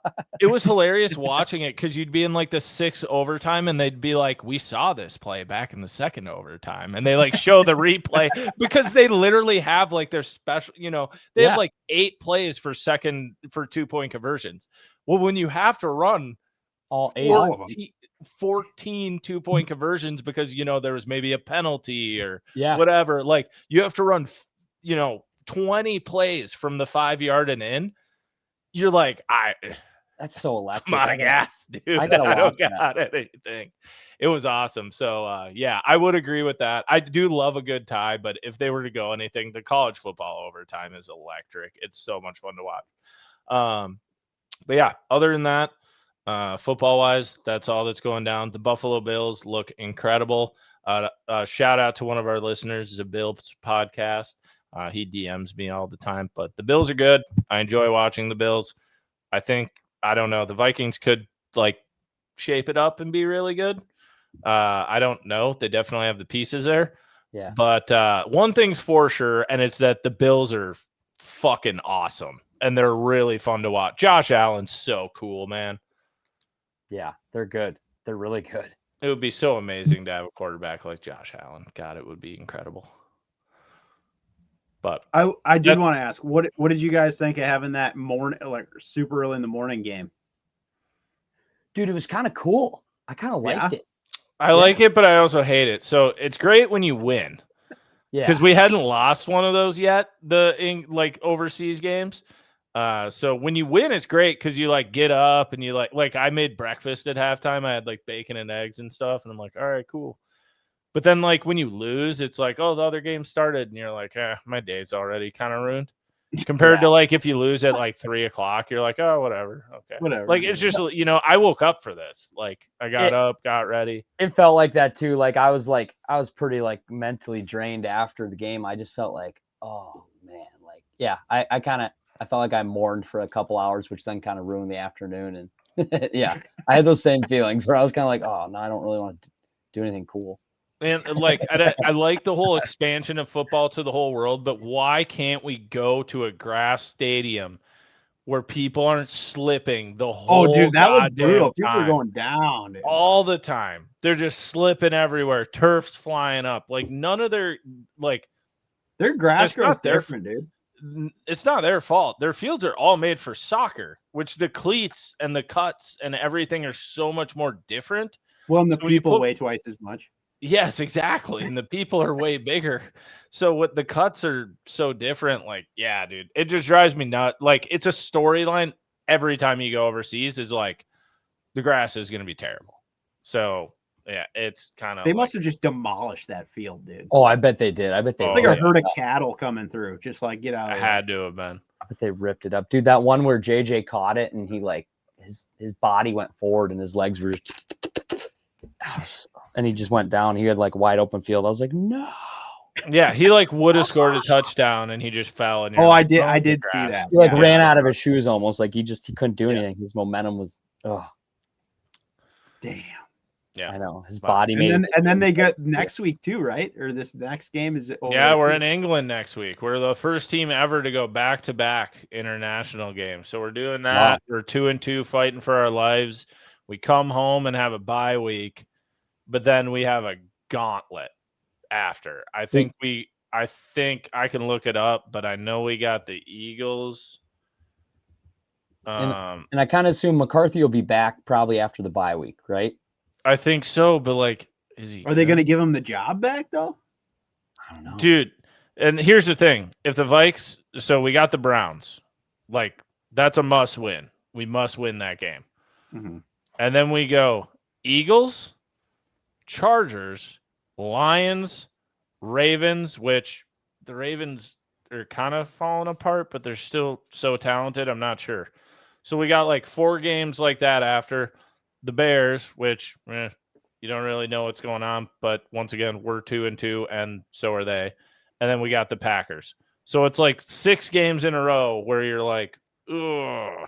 Like I truthfully think we can win all of those games, but I truthfully think we can lose all of them. Games. Yeah, 100%. That's why it will be kind of fun, entertaining to watch. Not exactly fun. It'll just be like, I don't know. Like it's my girlfriend and my dad bet on every single game, but they like switch off every other. So like last week was my dad's pick. He picked the Vikings. He loses. And next week could be Steph's. Like it's it's like it's a total toss up. It's a toss up. Damn. Oh, I don't know what I would do every week. Well, we'll see how it plays out, but it'll be cool to at least get into we're like in football season, so it should be fun to watch. Yeah. That was good Bart Sports, though. It was good to bring back Bart Sports. That's fun thing about fall. Honorable mention: playoff baseball starts now. So if you like playoff baseball, I'll normally throw on some baseball every night just to have in the background. October baseball is actually, I think playoff baseball might be the best playoff sport besides Stanley Cup hockey probably. Yeah, I was gonna say hockey's right there. But baseball is criminally underrated. It is so good in October. It's so much fun to watch. So even if you haven't watched the whole season, it doesn't matter. You can flip it on now and watch the playoff runs and have a great time. October baseball is awesome. Right on. I feel like I got to say this about just October baseball or baseball in general. Like I feel like I've fallen off as a fan of baseball just because it's like it's hard to know when the games are on or how to get the games. Like I only get that's because you're a Twins fan. Yeah. And the poll ads fucking suck. Yeah. And they don't make any game easy to watch. No, they don't, dude. So even it's like though there's 160 of them or whatever. I feel like you can't even pay attention to the games, dude. It's so hard, dude. I don't know what's going on even with the Twins, and I've and when it got that hard to figure it out, and like I'll look at some box scores, I'll get a recap, but I'm just like, I don't know. It's not like from when I was young or a kid. Like well, because it was easy to find when you were young, because it was on Fox Sports North, so you knew every night you could turn on Fox Sports North, and there's probably a Twins game on. And if it wasn't, you're like, oh, they're on the road. I wonder what channel they're on, and then you go find them. But I mean, that's a whole other topic that we could dive down. But ownership is a big deal in professional sports. People talk about it. Everybody hates owners that do not try to win. And that is exactly what the poll ads are doing. They just field a team that kind of gets good enough to make a little bit of a playoff run, and then they trade them away for assets because it gets too expensive and they're not making money on the team. So they just screw their fans all the time. I mean, dude, literally 2 years ago, the Twins won a playoff series for the first time in 20 years. And fan excitement was at an all-time peak for Twins baseball. I was paying attention to it. It was like, okay, yeah, we're good. We got young talent. This is sweet. And the fall off in 2 years. And they traded away the whole roster this year. They screwed their fans big time. Yeah, they just flipped everyone off. And then also they said they were selling the team, and then they did that, and everyone was like, okay, well, at least they said they're selling the team. And then they said, kidding, we're not selling the team. And now they ended up it was the worst recorded attendance for Minnesota Twins baseball in a very long time this year. And it will continue to get worse because everybody knows that they're not trying to put a product forward for people to watch. Imagine being a season ticket holder, how mad you'd be. Oh, dude, they're going to lose so many season ticket holders this year. I heard it on another podcast, but someone said something, and I do agree with this to some level. I don't know how you'd manage it or whatever, but if it's because this is especially bad in baseball because they have no cap. So you can pay to make the playoffs, basically. Well, the Mets had the third highest payroll and didn't make it this year. But for the most part, you can pay a lot of money and have a really good team. But I had heard it on a podcast once, and I had loved the idea for baseball especially, was if your team doesn't make the playoffs in 5 years, you have to sell your team. You lose your ownership stake. Ooh, I like that. Because it shows that you are not trying to put a competitive product on the field. Yeah. And there are organizations out there right now that are 100% falling into it. The Twins are not yet, but in 3 years, 2 or 3 years, they could be. It's just very obvious. They do the same shit all the time, man. Yeah. All the time. Finally get good enough to maybe compete, and then they're like, oh, and they trade away a couple assets, and then barely miss the playoffs, and then they go sign a kind of big name free agent, and then they get a little bit better, and then they're like, oh no, we lost our guy again, and then they kind of fall back down. It's just a sick cycle, dude. That I feel like it's terrible. I'm not young anymore, and I've lived through this cycle so many times, and I gotta see a World Series while I'm. I love that. And right before Sam's like, it's a different story this time. No, with the Vikings. Yeah, we haven't seen a team make a championship in my life. I am 32. Why start now? It's going to be a great day, but I ain't betting on the Twins. I'd be betting on the Wolves, honestly, if I was anybody. The Wolves are peak right now. Hey, didn't the Wolves get a new? Did you see the Wolves' new jerseys? Yeah, well, they're not new. They're bringing back the Pines, baby. Yeah, the OGs. Yeah, hell yeah. I haven't bought a Wolves jersey in a very long time, or Wolves merch. I'm gonna buy hella Wolves merch this year. Dude, the old school Pine jerseys, those black with green, they're acclaimed across all major sports as some of the best jerseys that were ever made. And you gotta get an Ant-Man jersey, dude, with the Pines on. Or I don't know, I might get Jaden. I might get a McDaniels one, dude, or that would be sick, or something like that. Yeah, dude. I'm so happy they brought that back. And speaking of ownership, A-Rod and Mark Lowry finally got the team from Glenn Taylor. Things are changing. They're moving up. They brought back the jerseys everyone's asked for 10 years. Rumors of KG maybe getting his jersey retired. They actually went out and did stuff to field a really good team. They've made 2 Western Conference finals in a row. Like, oh my God, it's crazy. When you try to win, your fan base likes you. It's nuts. Yeah. I can't imagine how their fan base has grown or just their viewership has grown in the past 3 years. The T-Wolves. Yeah, I bet it's immensely. Yeah. There is, I believe, too, this hasn't been confirmed, but there's been rumors that they will build a new stadium, too. Oh. Which I'd be very intrigued to see where that goes. Yeah. Because you kind of have Target Center, Target Field right there. So if they're going to move out of Target Center and go somewhere else, I don't know where it would be.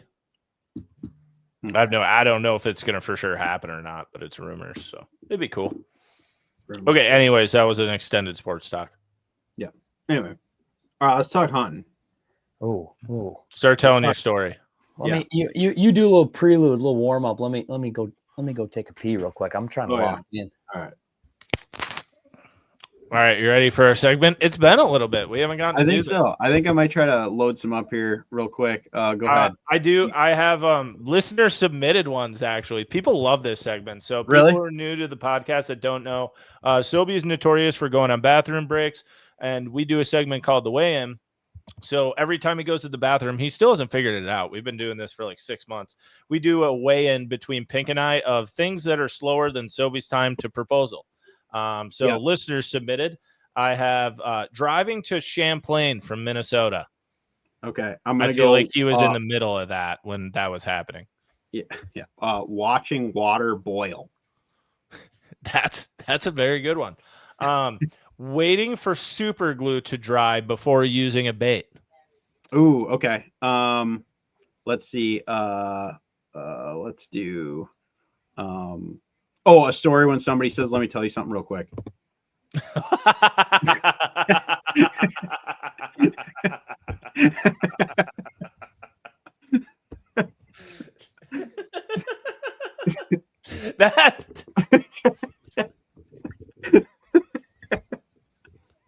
That's a really good one.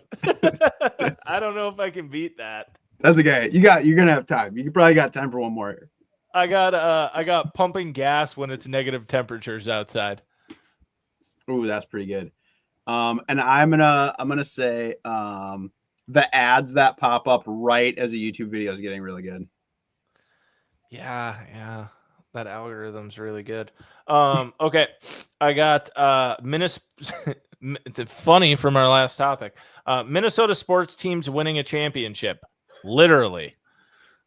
Oh, nice. Yeah. Yeah, because it's literally longer, actually. Yeah.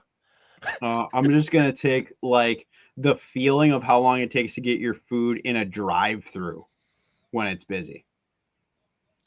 Yeah, I would agree with that. How about let's go with God damn. He's normally not gone this long. Yeah, he's pooping, no doubt. Yeah, for sure. Okay.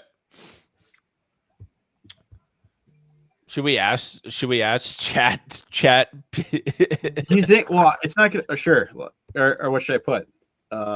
Things that are longer than Sobi's time to propose. Yeah. And just see what it says. Yeah, Okay. Hey, we're extending the segment. Longer than Sobi's. This should be good. Wow, I'm a very slow typer, to be honest, dude. Like, I feel like that's bad, right? Yeah, probably. Like, I even took like a class at one point. And you have a desk job. But you don't have to be quick to have that desk job. I don't. Yeah, just sitting. All right. All right. I'm gonna have the screen up, so you have to tell me when he comes back because I can't see the video. Yep. I'll just interrupt you all of a sudden. Okay. This for whatever reason, this is very Wisconsin based. It must be based on like my other stuff. So it says the line at Culver's on Friday night. A deer hunt. That's actually that's a good one. A deer hunt when all you see is squirrels. The the time it takes a bass fisherman to pick the right lure. That feels personal. An electrician explaining why it's not just flipping the breaker.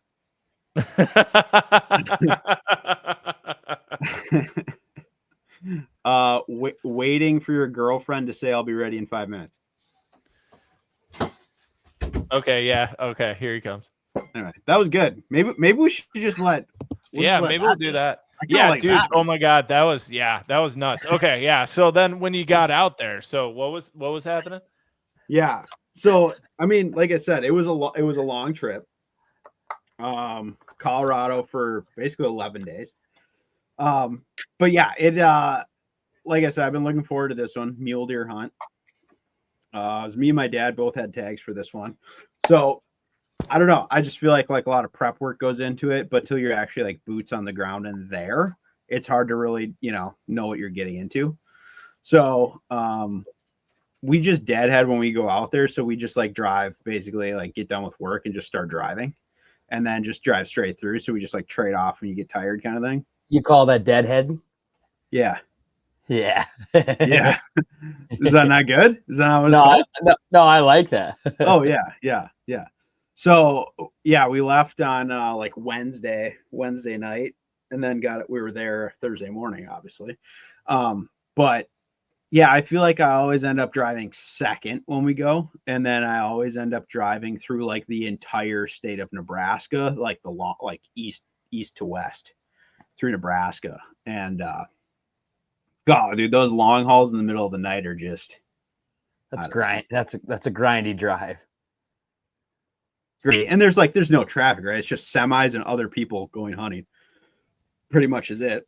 So yeah, it's just like cruise control mission and energy drinks. Then you just go till you just can't anymore, and then trade off again. And usually it's like I'll trade off and then I fall asleep for a while, and then like I finally open my eyes and there's like mountains and I'm like, we're there. So it's like because you just like Nebraska obviously is just like flat as shit. So we leave in the dark and then get there and then the sun comes up and you're in Colorado. So that's kind of cool. But when the sun comes up and you actually see mountains out the window, it's probably like you go from massively tired and fatigued to like, oh shit, we're here. Like we're here. It's game on. You're like, okay, This is the real deal. And then there's a couple of spots on the drive where you drive over like some mountain passes that are really, really high. And like, when you're climbing an elevation, it's like you can start to feel it too. And you're like, oh yeah, dude, we're like getting up there. Cause it's like your first day when you get up high, even if you're driving, like you feel it right away. So it's like coming from like the Midwest, right? Mm-hmm. But yeah, so we made it out there, and then we basically had Thursday and Friday to scout, and then opening day was Saturday, and then it's a 9-day season, so it goes Saturday to Sunday. And we kind of knew, this is a unit that we've hunted in before for elk quite a bit, so we knew the area decently, but like obviously a deer hunt's totally different animal, like literally. So we definitely hunted some different areas like within the unit than we normally do, just to try to get into some better deer. But like this time of year, so like this is pretty early season hunting just to begin with, but the tags we had were muzzleloader mule deer tags. So like in Colorado, there's archery season, muzzleloader season, or like early season, and there's like early high rifle. So there's like some high elevation rifle hunts you can do in September, and then the general rifle seasons and stuff are all in October and November.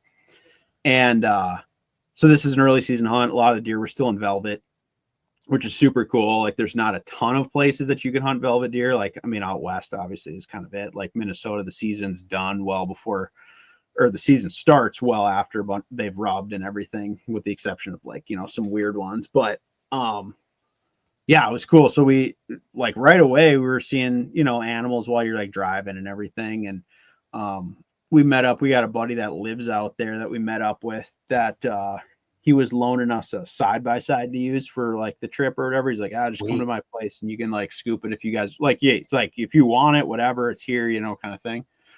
So we met up with him like the first day, and we kind of were just like went driving around just to kind of see where we could get, like what some of the roads were like. Cause like basically there's the way most of these places are. It's like there's one maiden road that gets you pretty far back, either up the mountain or like super far back in off of like a main road. And then there's all these little 2-track roads that wind off and they go down like sketchy stuff. You know what I mean? Like stuff you could never drive a truck on, like probably not even a Jeep. Like a lot of it is side by side only or whatever. And then some of it's just stuff you got to walk, or like there's like out west, there's a lot of like single track. So they have like motorized vehicle single track things. So like dirt bike trails, stuff like that. Yeah. So, you know, you're kind of like going through maps, which we're, you know, use OnX a lot. So it's like you can see what different roads, where they go, and looking at kind of different areas you can maybe like glass from, set up spotting scope. So we ripped around that first day a whole bunch and kind of tore it up on the side by side. And I was amazed, like, dude, the machine that he had was pretty sweet. Like, it's a little bigger. Like, I know you have like a Ranger or whatever, but this one was like it was a Honda one. Ooh. A little bit bigger. It was like a 1000 Pioneer, I think is what he had. I think is the name of it. But pretty badass machine. Like, it was amazing to see what it could go over. And we were going like fairly not slow. And some of the stuff was shit I wouldn't even walk down, dude. Like, pretty sketchy. All where it's like the whole road is just rocks, you know, like basketball sized rocks, and it's like pretty steep going down. And we were just ripping through it. It was pretty fun. But we drove a whole bunch of country, got to see a lot of like good vantage points to glass and stuff. And we're like, okay, like this could be a, you know, an area or whatever. And we kind of went into it with the game plan to hunt really high. So like this time of year, that's like the deer kind of still in their summer areas, which is at the top of the mountain. Like there's these alpine basins that are above tree line. So it's like where all the like pine trees and stuff basically stop growing. And then it's just like grass and bushes and small stuff up there. Like that's where they spend their summers typically. Or a lot of them do. And so that was kind of our plan, was to like, hey, let's hunt super high elevation, and just be able to glass a lot and hopefully like find bucks that we want to try to go after. So kind of the way these early season hunts play out is like, you want to try to get eyes on them, watch them in the morning, put them to bed. And if they're in a good spot to go after them, or it's like a buck worth pursuing, you're like making a game plan, like how to stalk in on where it's bedded and either shoot it at, you know, where it's bedded or whatever, or just wait for it to stand up or what have you. So it's kind of like this scheming, like, okay, let's find a buck, figure out how to go get them type of game plan. Yeah. So that's what we went into it. Like, this is what we're going to do. We're just going to hunt high. We're going to find them up there. And so we scouted that first day. We kind of just drove around that night. We're trying to figure out where we're going to put our base camp in. We went and scouted that night. Didn't see much, so we didn't want to commit to a spot. So we ended up just staying with our buddy. He had a camper out there, like a hardside camper. And he's like, hey, you guys crash here, whatever. So we stayed with him that first night. And we're like, all right, tomorrow we're going to find our spot, you know, pick our kind of our base camp location, go from there. So we got up in the morning. It was pouring, big storms and everything. This was like I was saying, all those crazy storms that came through kind of on that Friday and Saturday. And we kind of waited out the rain in the morning because it was just like not worth doing anything. We went and drove around up kind of the other side of this kind of like mountain that we wanted to hunt. Got up there, did some glassing, ended up spotting a few deer, got the truck pretty stuck, and then found an area that we thought we could camp. So we found an area up high that we're like, okay, we can hunt. And, you know, we spend a couple days up here. Hopefully we'll find some bucks. If not, new game plan type of thing. So we put in our base camp, tried to scout that night. And I don't know, I guess it's been for a long time, but like elevation kind of affects everybody different, you know, when you first get out there, especially when you live in a place that's not high. And I was feeling pretty good on this one, but my dad, it always takes him like a day or so to just kind of like get going, you know? Yeah. And he was hitting them pretty hard that first day. And, so we just kind of were like, let's just chill, you know, like we don't have to do anything crazy. So we ended up having like kind of a limited scouting session this first day. Like I got up on this like peak of this small ridge or whatever. I could see a ton, but a lot of the stuff you could see was not stuff you could probably hunt. Like it was just so extreme. Like I think I sent you that video actually. Yeah. From that one like cliff, right? Yeah. Which was an epic spot. You can see a ton, but like all that stuff below that was just so extreme, like way too steep and deep. Like to actually get to that place, you'd be on a trail for from like the trailhead, so like where you could like get your truck to, from there to what I was looking at was about 11 miles of trail to get to there.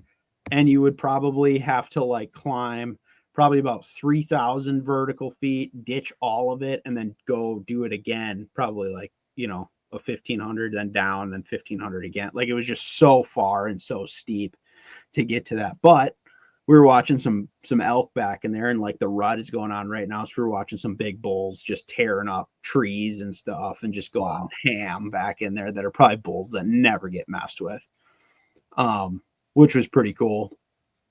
So then we're like, okay, game plan for opening day. Like we're going to get up early. We're going to go up to this glassing point, look around. We do that. We get up there and it's beautiful. We get up there in the morning just before light. Sun starts coming up over like all the mountains and stuff. It's like epic, right? It's kind of like an overcast day.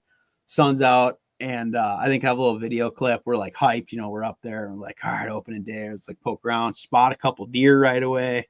Like, okay, you know, we got something going. Yeah. And saw some does right away. Okay. And where I actually had wanted to go scouting the first night, we never made it to, just because it was like, you know, like my dad wasn't feeling up to hiking and the whole thing. And I was like, okay, let's, you know, we'll ease into this. So we're going to go to this glassing position. Well, we're like in the course of like dropping down a couple hundred vertical, then crossing this like kind of valley and then going up the other side to get to it.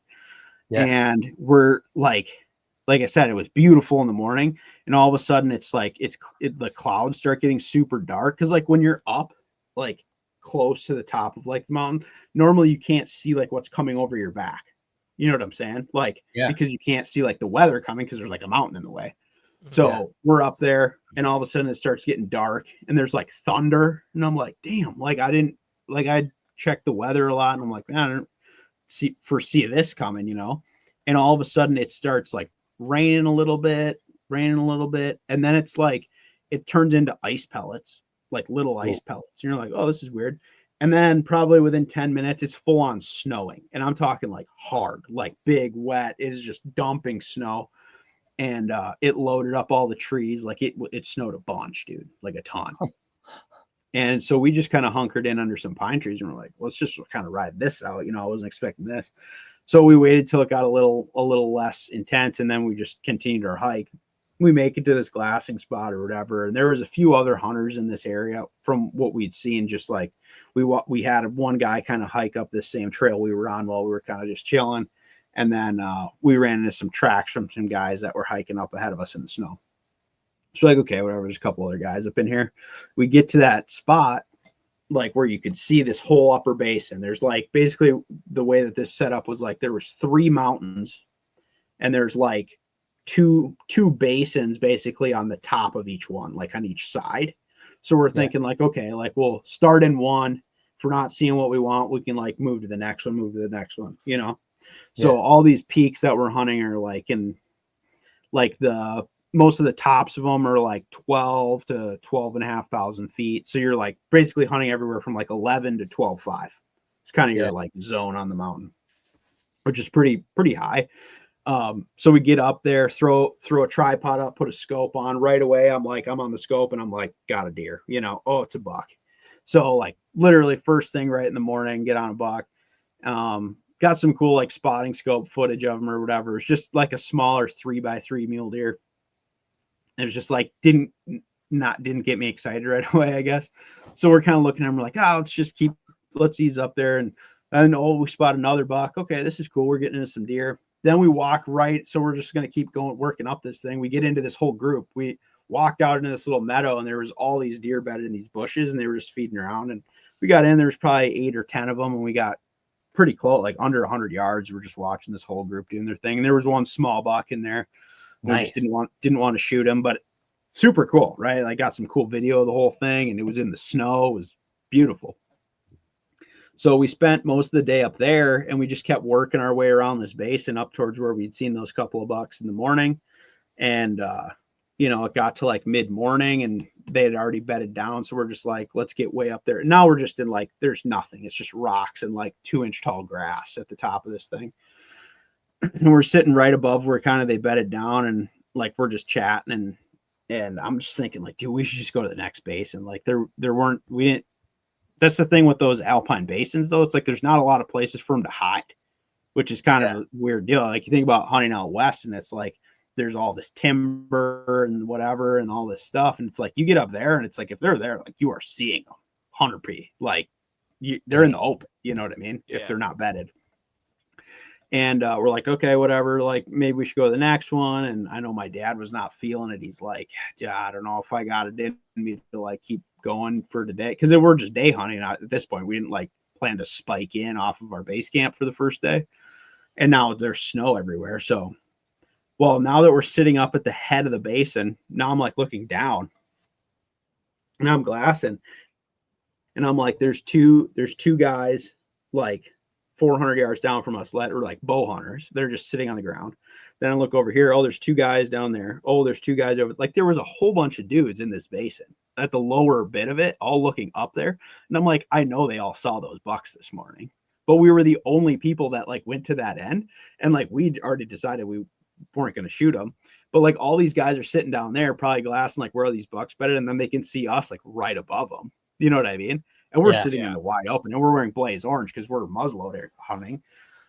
So anyways, we messed with that for a while and then we end up starting to hike out. And right about the time we're like, let's drop down. Maybe we'll just kind of like hunt some timber on the way out of here and just regroup. We're hiking down and this storm rolls in. And this is the one I was talking about before. That was all this crazy lightning and stuff. Yeah. And now, like I said, we are way above tree line, way above everything. And it's coming in like pretty fast. All of a sudden the lightning and the thunder was like so loud, dude. It was like crazy loud. And we're coming down and it is hailing, like heavily hailing. Yeah. And we're just trying to like book it down. And we're just ditching elevation. And we get down to these first little scrub trees and we just kind of like tuck under the first couple we get to. And we just kind of like rode it out there. But like, I've never seen that much, like probably like in probably like 30 minutes, probably 20 legit, like visible close lightning strikes that were like on the ground. Wow. You know what I mean? Just like, holy shit, that was right there type of thing. And then eventually it passes. Right. And then it's kind of just like foggy and like there's hail everywhere. So it's like, it just snowed again. But yeah, it was kind of like crazy, like felt very weird, but it was like pretty beautiful up there still to like see it like that. And yeah, we made our way out of there and we kind of poked around down a little bit lower in the afternoon, but we kind of had made up our mind, like if we're going to come back up here, we got to go deeper than all these other guys. Yeah. Because it was evident right away. It's like, because there's like nowhere for these deer to hide. If there's a bunch of people up there, they get bumped out of there really fast.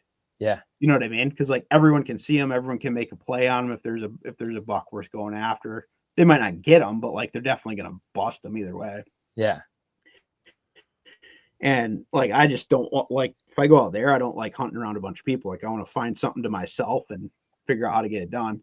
So we spent the next day hunting lower, didn't find much, was feeling like a lot better about making a big hike the third day. So we went in deep. We went in like literally past the whole first mountain to the second one. Got up on a big basin up there at first light, had the scopes out. It was gorgeous. I think that was where I sent you guys a picture from when I was up there. How long did it take you to hike in? Like what time are you guys leaving your base camp in the morning so you can get way back there at first light? Like how long of a hike is it?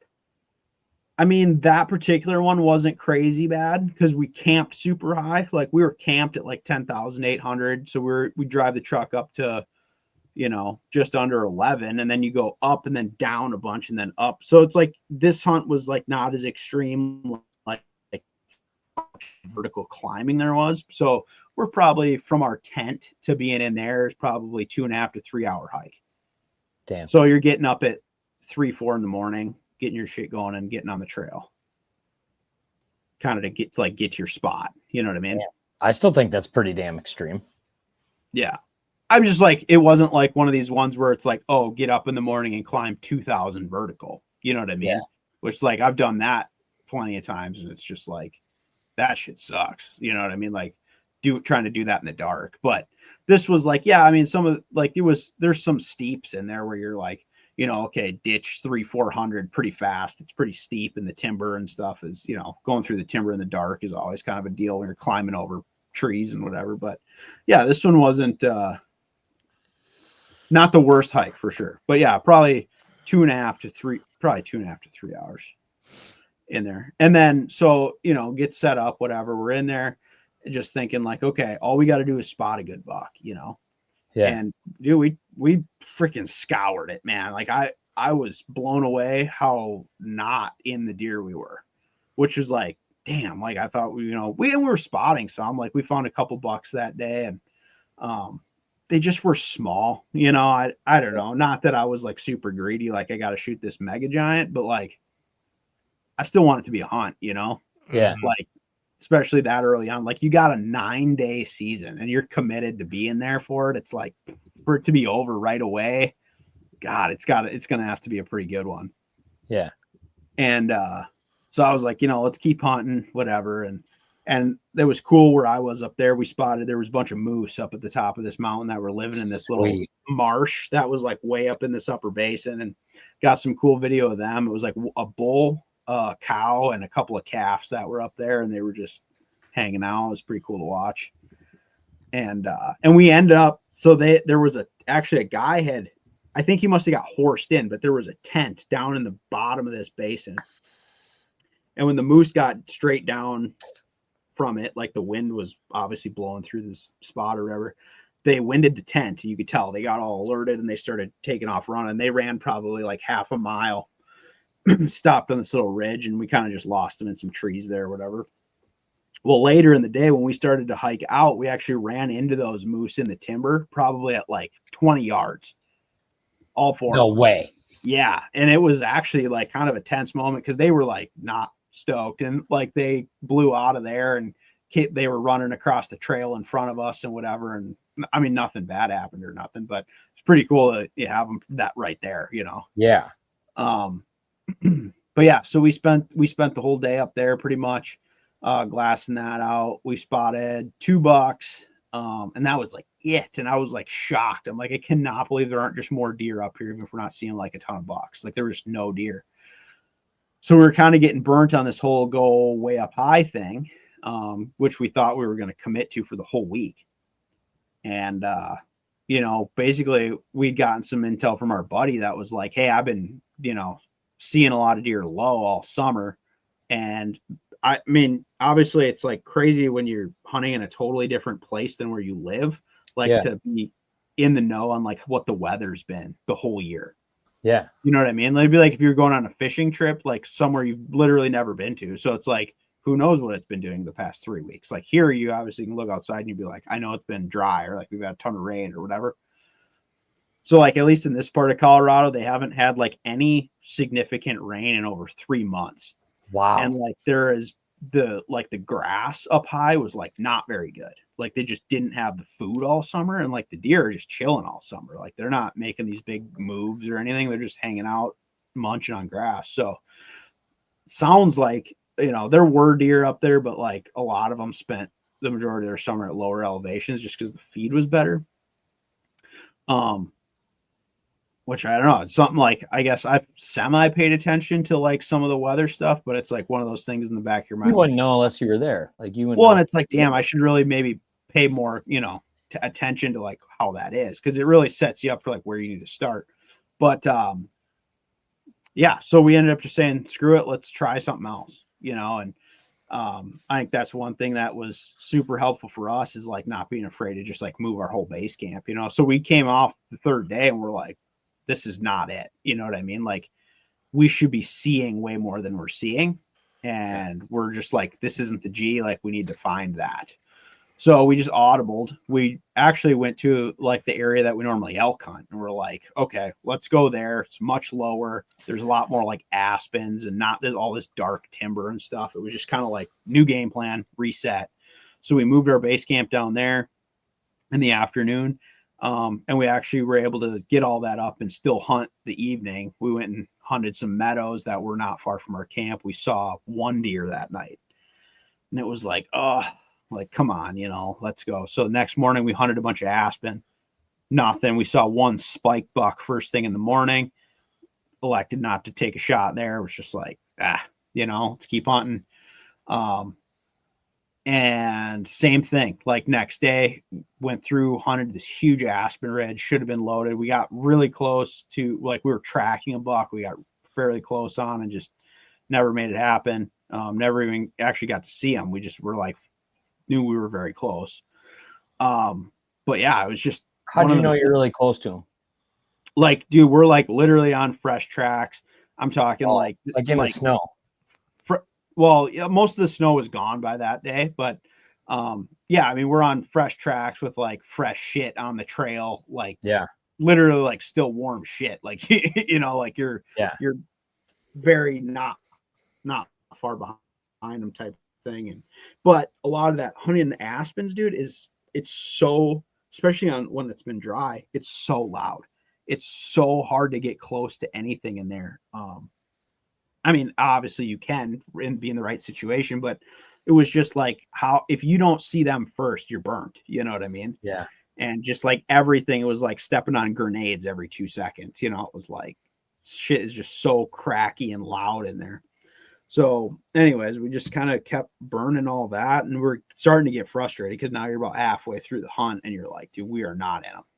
Like I don't even feel like we could just get lucky. You know what I mean? Like, we're just not in the right deal.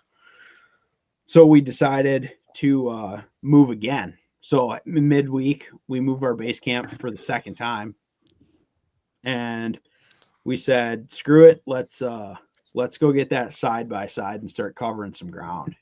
Which is not our style of hunting. We like to hike and glass and hike and glass and hike, and that's kind of our game. Yeah. Like some guys hunt with horses, whatever, and some guys just hunt with machines and they cover a lot of ground, and that's kind of their game. So we're like, whatever, let's just go get it. We have access to it, and we got a lot of miles of stuff we can ride, and kind of cover, because at this point we'd hunted really, really high. We spent one day pretty low, and then 2 days like quite low. Yeah. So we're just like not in them. So we're like, let's hit this middle elevation stuff. And like, hindsight's always 2020, right? And you're looking at it going, oh my God, dude, like we wanted to hunt all this high stuff because we knew the deer like summered up there. And like there were so many dudes that had kind of had that same game plan, because you got archery hunters and muzzleloader hunters for deer, and you have archery and muzzleloader hunters for elk in the woods at the same time. So there's quite a few people hunting. Archery season's been open for weeks already. A lot of these bucks have got bumped out of this high country stuff. And like, we the first day we get the side by side, we're like, let's just go sit on this meadow for the evening. We see nothing. We're like, okay, they're not in this big expansive stuff. Let's start hunting these little pockets of, like, there's this area we're hunting in, there's been a lot of like timber cutting, timber sales, stuff like that. So the way they log it, it's like they log an area that's maybe like 1 or 2 acres, and then there's like a trail to another 1 or 2 acres, then a trail to another 1 or 2 acres kind of thing. So there's like all these like little pockets. Yeah. It's all below all this alpine stuff. And we're like, we get into deer right away after we get into this stuff. And we're like, oh, dude, they got bumped out of that high country and they just moved down into all this cover, right? Where no one could fuck with them. And like, no one can see them. You can't glass in there. People aren't constantly out. And it just like, it made a lot of sense, right? Like once you're in there, but now we're towards the end of the week already. And we're like, oh my God, we should have been here. So it's like right away, we're driving around. We got on a really nice buck in that next morning. So now we're like, whatever, Thursday. And we're driving. We see this really nice buck out in this meadow. And the only problem with hunting like on a machine is like, obviously they're going to hear you when you drive. If you're driving on a road and you spot them, they already got you pinned. So it was like us trying to figure out like, okay, like how far do we got to get away before we try to like make, get out, make a stop the machine and make a play. Yeah. So we're trying to feel that out. Well, of course, the first opportunity we had, I was this awesome buck. So it's like, and I don't know. I think we didn't play it quite the way we should have. We got out of sight and everything. We made a play on it. Our wind was not great. And I think we got winded on the way in. We got to like 70 yards probably on him. But he had us pinned by the time we got into like a view of him, and he was already on the move.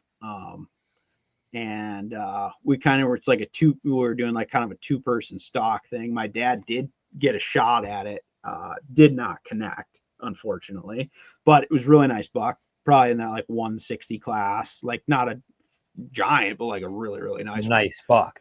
Yeah. And so like mule deer look so big when they're running away, dude. Like, but this was a nice buck.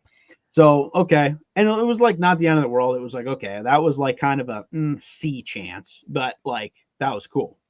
So then we keep moving along. We end up running into more and more and more and more as we're going. And we're like, oh, like kind of kicking ourselves a little bit, like we should have been here, but also like we still have time.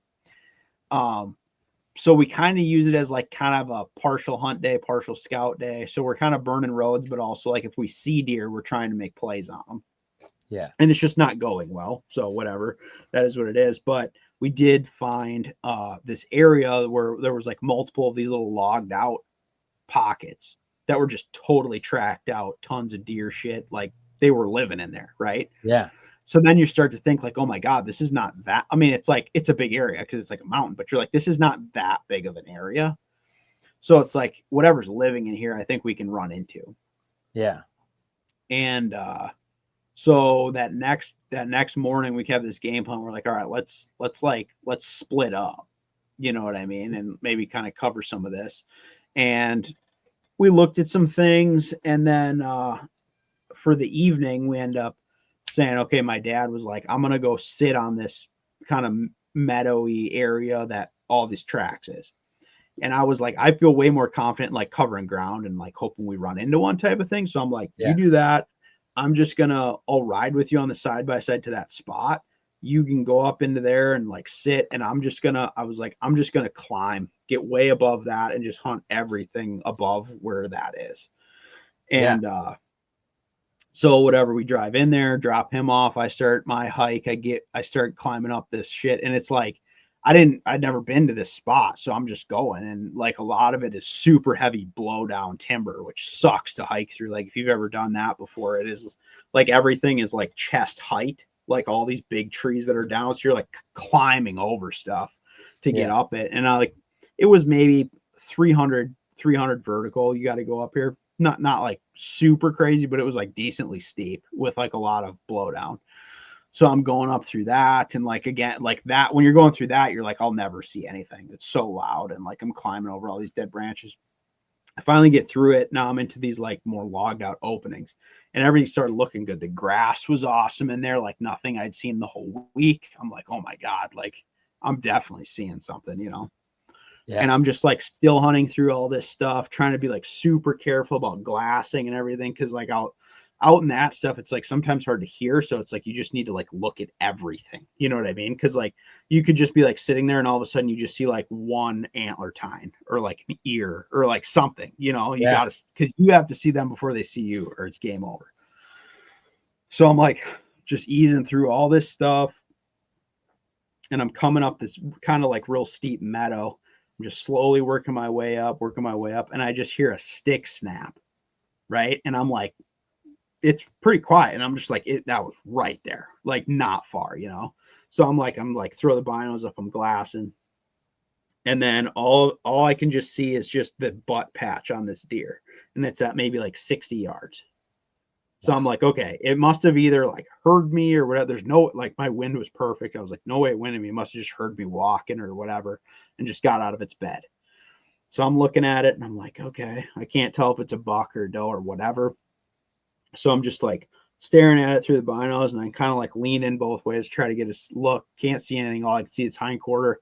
And then it just starts to slowly walk and it comes out from behind this tree. And dude, I'm telling you, this is like probably one of the biggest mule deer, one I've ever seen. Two, definitely biggest one I've ever had the opportunity to like go after. Right. Damn. Just this huge frame 4x4, just like definitely over 180, but like holy shit. I have one of those like literally in my house, and this thing was substantially larger than it. And so I don't know, huge frame 4x4, probably 190 class 4x4. That's nuts. And just an absolute giant, dude. And it had all shredded velvet just hanging down like freaking dreads. You know what I mean? Yeah. Like just a badass looking deer. And I'm like, holy shit, that is a giant. But I have no shot. I mean, he's literally at 60 yards. And he's just walking through this timber. I have not a prayer here, right? But I'm like, he didn't see me. I was like, definitely didn't win me. So I just let him go out of view. And I just start trying to get up as fast as I can to get like above them, you know, to keep my wind good. And I was like, I want to be looking down on them. And I'm just like, my heart's pumping now because I'm like, I'm within 100 yards on this buck, and it is a stud. And it's like our plan was to hunt through Saturday and bail, and it is Friday right now. And so I've been like working my ass off all week, all these big hikes, all this stuff. And like, this is my, you know, I'm like, this is my moment, right? And get on this buck, and I get above him, and I'm just trying to pick him out of like, he's in all this really heavy timber, and I just cannot find him again. And I'm like, he was just walking, like he never even like did anything. Yeah. And I'm just sitting up in this little meadow, looking down into the timber, can't see anything, looking back, whatever. And like 2-3 minutes later, I just hear all this commotion, and he's still below me, but he moved up a little further than I had anticipated. And he's just raking the shit out of a tree, like probably trying to rip the velvet off his rack or whatever, but I can just hear him raking on this tree. So I start moving in like quick because I'm like, at least he's making noise, like he's not going to hear me, right? So I start easing up there. And I get to like where I thought, I'm like, God, I should be able to see him like fairly close now. And I'm just looking, nothing. And I'm just panning across. There's a pine tree, I'll say, like halfway from me to where there's actually like a hard tree line, right? So there's like, I'll say that's maybe like 70 yards. There's a tree at like 50 between me and that tree line. And I'm just panning across that. And right on the edge of it, there's like a scoop, like a little hole in the tree. And right as I come across that, all I see is half the deer's face and one antler, just like that. Like put in that hole. So it's like, it's on the tree line behind that tree, but like I'm looking through the tree that's close to me. You know what I'm saying? Yeah. And he's got me pinned. He's looking directly at me, and all I can see is like his face and like just part of his antler. And I'm like, holy shit, he's right there. You know what I mean? How far is this? Probably about 70. Yeah, it's close. Yeah. And I'm looking at him through my binoculars, and I'm like, oh God. And I can tell he's looking right at me, right? And now I'm just in my head, I'm just like, how does this play out? You know what I mean? And now I'm like, I can't really move because I know he must have caught some movement, but probably from like his vantage, he can probably see from my chest up only. Right? Because I'm like above him and behind some stuff. And I can tell he's just like staring me down. I'm like, don't move. Like, do not even put the binos down, like whatever. So I'm just kind of like half like peeking over the top, looking through the binos. And I got my muzzle loader like on my shoulder right here. And I'm like, fuck, like there's no way I can move right now. So what I started doing, and I had the wind good, and like I knew he couldn't really like see me super good. Like he could see there was something there, but I don't think he knew what it was. So I'm like, I need to just get out of his view. So he like, it's more obstructed. So I'm like, I would like take my foot and like pivot it like 1 inch. And then like, you know, like my heel, then my toe. And I'm trying to like, just like inch over. Cause I'm just like, I just need these sticks that are halfway between us to like cover them up. Like, you know what I mean? I'm just like, just to buy myself a little. So I would like scooch over like 2 or 3 inches. And then the deer's head would just like lean. No. Like he was trying to keep like the visual. So I'd be like, and his head would be like, what's up? And I did that for I had moved over probably like 2 feet. And now I got to where it's like his head was mostly like covered. But now in my like when I have my binoculars up, now I can see his whole front shoulder. Right. And this, like, mind you, this is taking place over the course of probably 10 to 15 minutes. Like this was not just like a bang, bang, like this happened. Yeah. So I'm like, dude, my arms are burning. I'm like shaking, like almost uncontrollably because my arms are like fatigued from just sitting there with the binoculars up. Yeah. Because I'm just standing. And your heart is in your chest. Like, yeah, absolutely. So I'm just like, oh my God, like shaking. And so, okay, so now I'm like, in my head, I'm playing this out. I'm like, he wants me to move. Like, he's trying to get me to move, right? And then he's going to run away. So I'm like, I'm not going to move. But I'm also like, shit. Like, he's already got me pegged. Like, I kind of need to maybe like try to take a shot here. You know what I mean? But the problem was, I was like, he's not, like, he's well within range, 70 yards. Like, I could probably, because in Colorado, you can't use a scope during muzzleloader season. So it's open sights. And I'm like, I feel good to maybe like 150 to 175 with my sight set up. Like, that's as far as I feel even comfortable taking a shot. Still a hell of a poke. But this is well within range, right? 70 yards, chip shot. And, but like, he's in this timber. So if I'm looking at him through the binos, I see his whole front shoulder, and it's like he's quartering towards me pretty hard. But I'm like, I mean, that's a dead buck. You know, you get a shot on that. But when I take my binos down, all I can see, because there's this tree between us where I'm looking through this hole into the tree, it's just a dark spot. But if I put my binos up, I can see them clear as day. But like, you take them down and you just lose all visual of what you're even looking at. Yeah. And so now in my head, I'm playing out, like, I can see, okay, this like yellow stick comes out. And then if like, I'm like, you know, you're trying to find them with your eyes. Yeah. So I'm like, I mean, I can see the thing, but I'm like trying to say, if I could take a shot, I'm like, okay, I got to shoot just above that stick. And that's like his shoulder. But I was just like, dude, I can't see it. Like, you know what I mean? And yeah. So I'm like, I'm weighing my options, and I start like slowly getting my gun off, and I'm kind of messing with this. And I'm just like, I just don't, like, I didn't feel comfortable taking a shot when I wasn't like 100%. Like, I knew what I was Did you pull the shooting. hammer back on your muzzleloader? I didn't, because I was just like, I was so on the fence about it, and I'm like, I could totally take this shot, but I just like, I'm like, what? So I'm looking through my binos. I take him down. He takes one step. I don't identify that. And then I'm just shooting into who knows. You know, I'm like, and this is like a big buck. And I'm like, I would throw up if I wounded this deer. Yeah. Like, literally. So I'm just like, I just, all in my head, all I'm playing is like, I'm going to take my binos down. He's going to take one step. And now it's just going to be his stomach in the middle of that. And I'm going to shoot. And it's just going to be a disaster, right? So I'm just like, and I'm like letting this play out in my head. And I'm like, just be patient. You'll get a chance. You'll get a chance, right? So eventually, like, I've moved very little. Like, all I've done is kind of like slid my gun down. I still got my binoculars up. And eventually he just like puts his head down, feeds around a little bit. And I'm like, holy shit, like, this is going to work. Like, he's going to just start walking, and he's going to come out in the open. And like, of course, your adrenaline's just going. And now it's been 20 minutes, you know, I'm like, oh my God, I don't know how I can take this. He's right there. And so he just feeds around for a second, and then he just turns and starts walking through the timber. And the angle he's going on, he's like coming up slope to where I am. And I'm like, oh my God, he's going to walk right out into this grassy lane. I'm like, this is going to be perfect. Like, this is it. Like, it's going down. Like, you know, we had this standoff. He didn't freak out. Now he's like, everything's fine. So I can just see his body kind of going through the timber. Now I'm like, oh my God, I got to get up here. So I start slowly moving up. I'm trying to get like close to somewhere that maybe I could like get a rest or something. But it didn't work out that way. And as I'm moving forward, he starts coming up slope. I'm like, I'm just going to have to take an offhand shot wherever he comes out. It was going to be under 100 yards.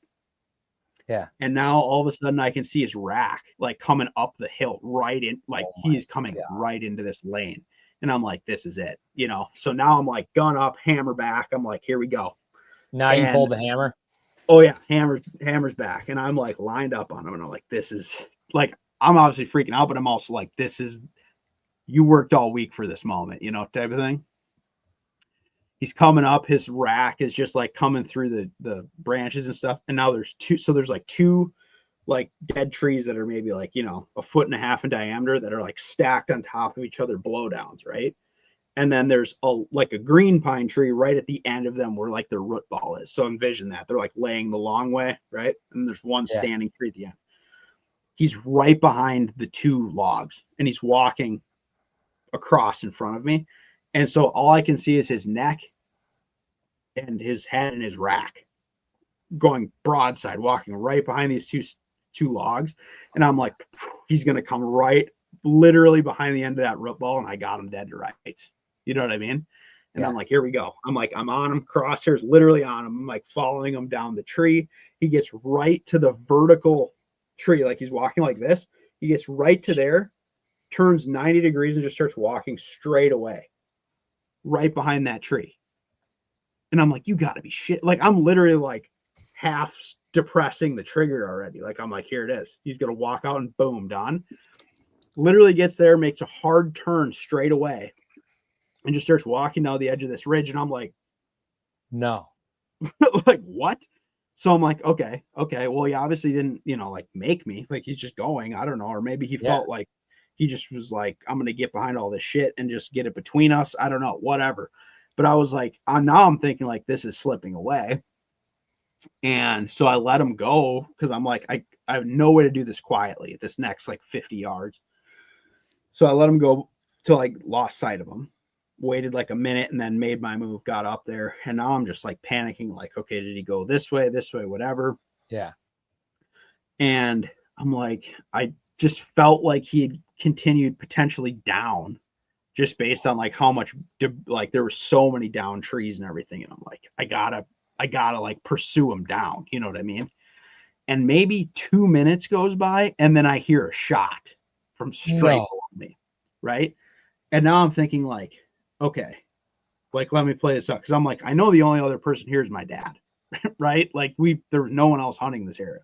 So I'm like, and it was pretty much right from where I knew he was. So I'm like, okay, potentially we just scored.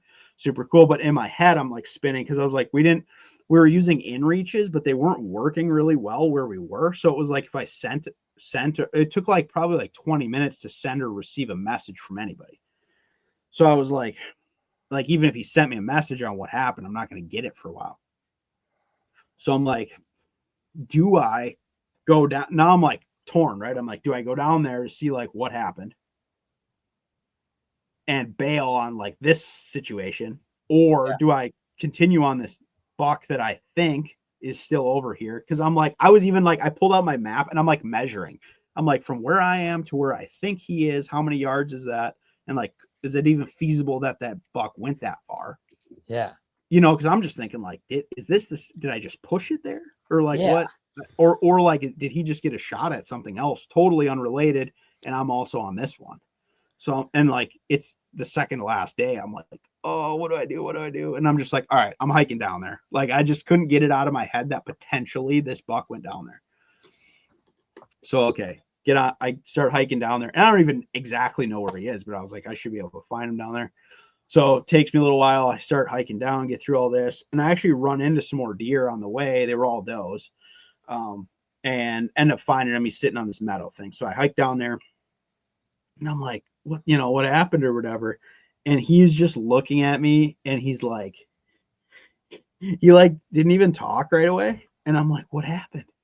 And he's like telling me, he's like, dude, he's like, I just missed an absolute giant. And I'm like, and then my heart just like sank, you know what I mean? And I'm like, did I have like velvet and shit like hanging all over it? And he's like, oh yeah. And I was like, fuck. I was like, that was, how does he know he missed it? How does he know? Okay. So now I'm like, oh my God, like I had my opportunity at this thing and it boosted and it came right to him. And he was just sitting on this meadow thing or little logged out opening.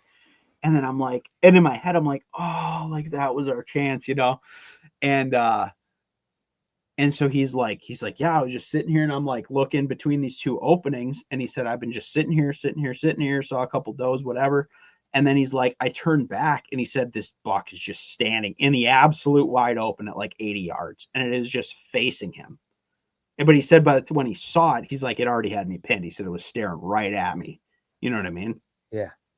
But he had set up like where he was sitting, he'd set up like a log on each side of him. So like, no matter if one came out in this opening, he could just put his rifle on there.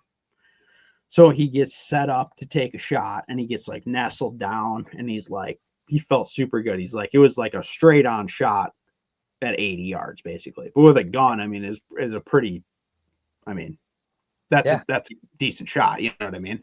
And And he's like, he said it was facing straight on him. He's like, I put it right on the freaking throat patch, you know, and he squeezed it off. And when he took the shot, he said he heard he literally heard the bullet like rip through the trees, like completely in a different direction from where he took a shot, like significant distance in not where it was supposed to go type of thing. And he's like, what the fuck? You know what I mean? And then, of course, this buck comes out, turns broadside, and just like trots across this opening with like a muzzleloader. You don't have a follow-up shot, right? Like, even if you're a quick reloader, like, you're not getting a follow-up shot. No. So, of course, he's like, well, what the hell just happened? You know what I mean? And I guess he went out to where it was standing, had the tracks there, no blood, no nothing. But so where he's sitting, halfway across this meadow, there is one big ass rock right in the middle of it. And it was like a very gray rock. And when he's basically nestled down on the site, it was like right across the chest of this buck, and he never saw it. Never saw it at all. And there was like a little chip right out of the very top of this rock, like the last millimeter of it. Oh, that buck is so lucky. Right off the top. Like literally the bullet hit that God. and deflected halfway to the buck on like an 80-yard shot. So of course now he's like, oh my God. But he's like, hey, you know, maybe something weird happened. Maybe and it's not his gun. I feel like that'd be some closure to be like, it's not my gun. I mean, he said he felt super good on it. We spent a lot of time on the range, like the guns were dialed, no doubt. Yeah. And so he's like, oh fuck, you know. So he was able to get on the track. He followed the track for a couple 100 yards. Never ran into the deer again, but I mean, there was no blood, nothing. Followed it into the timber. So he's explaining this whole thing to me, and I'm just like, oh, that sucks. And then I'm also like, then I'm like kicking myself, like maybe I should have took that shot, but I'm also like, I didn't feel good about that shot type of thing, you know? Yeah. And it's like, okay, whatever. Well, can't do nothing about that. So I'm like, we got an hour and a half till dark. I was like, I'm just gonna get on that road down there where the side by side is and just start. I'm gonna go 400 yards and start over and just go up into some new stuff. You know what I mean? Because I was like, whatever, that one's gone, type of thing. So do that, go up this thing, get up high, mess around, get into some more does. Nothing else happens that night. Whatever. Hike it back to camp. So now we're kind of scheming, and I'm like, what did your dad say when you told him like I was staring at him? Like, well, at first he's like, are you? He's like, this thing's fucking, and I'm like describing it. I'm like, yeah. I was literally on it for almost an hour, like under 100 yards, and I never had a shot. Oh. And he's like, damn, you know, and then you could tell it was eating on him bad that he didn't convert that. And he was just like, dude, he was like gonna cry. Like he looked not like, dude, he was pretty tore up on it. And I'm like, all right, well, that's why I was like, I just need to keep going. Like, we got to get another chance now. Like, you know? Yeah. And so nothing happens that night. That night in the tent, we're both like, fuck, you know? And by the time he came back, like, you could tell he definitely like kind of like processed that a little more, and it was less like raw. But, you know, and I was a little bit like dejected because I was like, oh, I had my chance on that thing, dude. And I didn't take it. But he was like Mr. Positive after that. He's like, we'll get another chance. It's like throughout the trip, it was like I was trying to like be hype man, like for the first, you know, whatever, how many days. And then I started kind of crashing out, and he's like, no, like it'll be, you know, we got to just stay on him. It's like, all right, you know, whatever, we're in it. So that night, and I'm like looking at Onyx, and I had dropped a pin like where I was when I first bumped him, then like had my track and so I have like my whole afternoon like mapped out. And then I'm like, okay, you were here when you took a shot. And I was like, where'd you track them to? Okay. And I'm like, dude, this thing literally went in like a circle in this little lobe. And I'm like, this is a big buck. Like if he wanted to just boost, he could have. Like, you know, he got bumped, and when he obviously got shot at, but I was like, he could have just ran down the mountain. And I was like, he didn't. Like he literally went all the way back, like almost in a circle back to where I had ran into him. And I'm like, it's like, I feel like he's still up there. Like, I feel like he didn't like go, you know what I mean? Yeah. And it was like, he was comfortable up there. And like I said, I pressured him and he got nervous, but he didn't like leave. He just went down into this other area where you were and was probably seen you sitting there and was like, how the fuck this guy get in front of me? You know what I mean? Yeah. Like he was trying to get away from where I was, but he wasn't like super boogered. And so, okay. So now like that night I'm scheming. I'm like, I'm going after him again tomorrow. It's like, I got to give it one last shot, like in the morning, whatever. And then my dad was going to go to like a different section. So we're like, okay, let's just split up. I'm going to do this thing. You do that. So I got up, started hiking down that road. I went all the way I kind of came in a different angle. So I started like closer to camp, got all my elevation, hunted through all this stuff that looked great. Got into deer right away in the morning, a lot of does.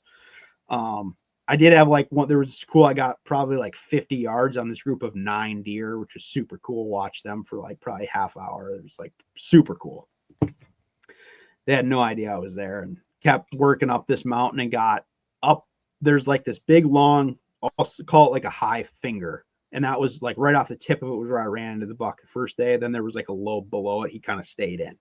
So I'm like, I'm going to go all the way to the top of it and come in from the back way of that because it looked like the grass extended up that way. And I was like, it was the best grass I saw the whole week. Like, I just want to get in their grocery store and hopefully maybe even a different buck will be there. I was like, it just looks super good. And those big bucks, they seem to like to bed like kind of high like that. So they're looking down on a lot of things. Like they like to see everything that's coming at them. And I'm like, I'm going to come in from behind them, like come from above them, like, you know. So I get up there and I get onto that finger finally. And I'm like, all right, this is my last ditch effort. Like this is, you know, hero or zero type of thing. And it's like maybe half a mile long, this finger. And right down the top of it, there's like this grassy lane and it's just steep and timber on both sides of it. And I'm working down this thing and it's like mid-morning. So the way the sun is hitting, it's like a lot of this area is shaded. And I'm working down it and I am like being so thorough, dude. Like take 3 steps, glass everything I can see. Take 3 steps, glass everything. Like I am going to scour this. And I'm like working down it. I get about halfway down this finger.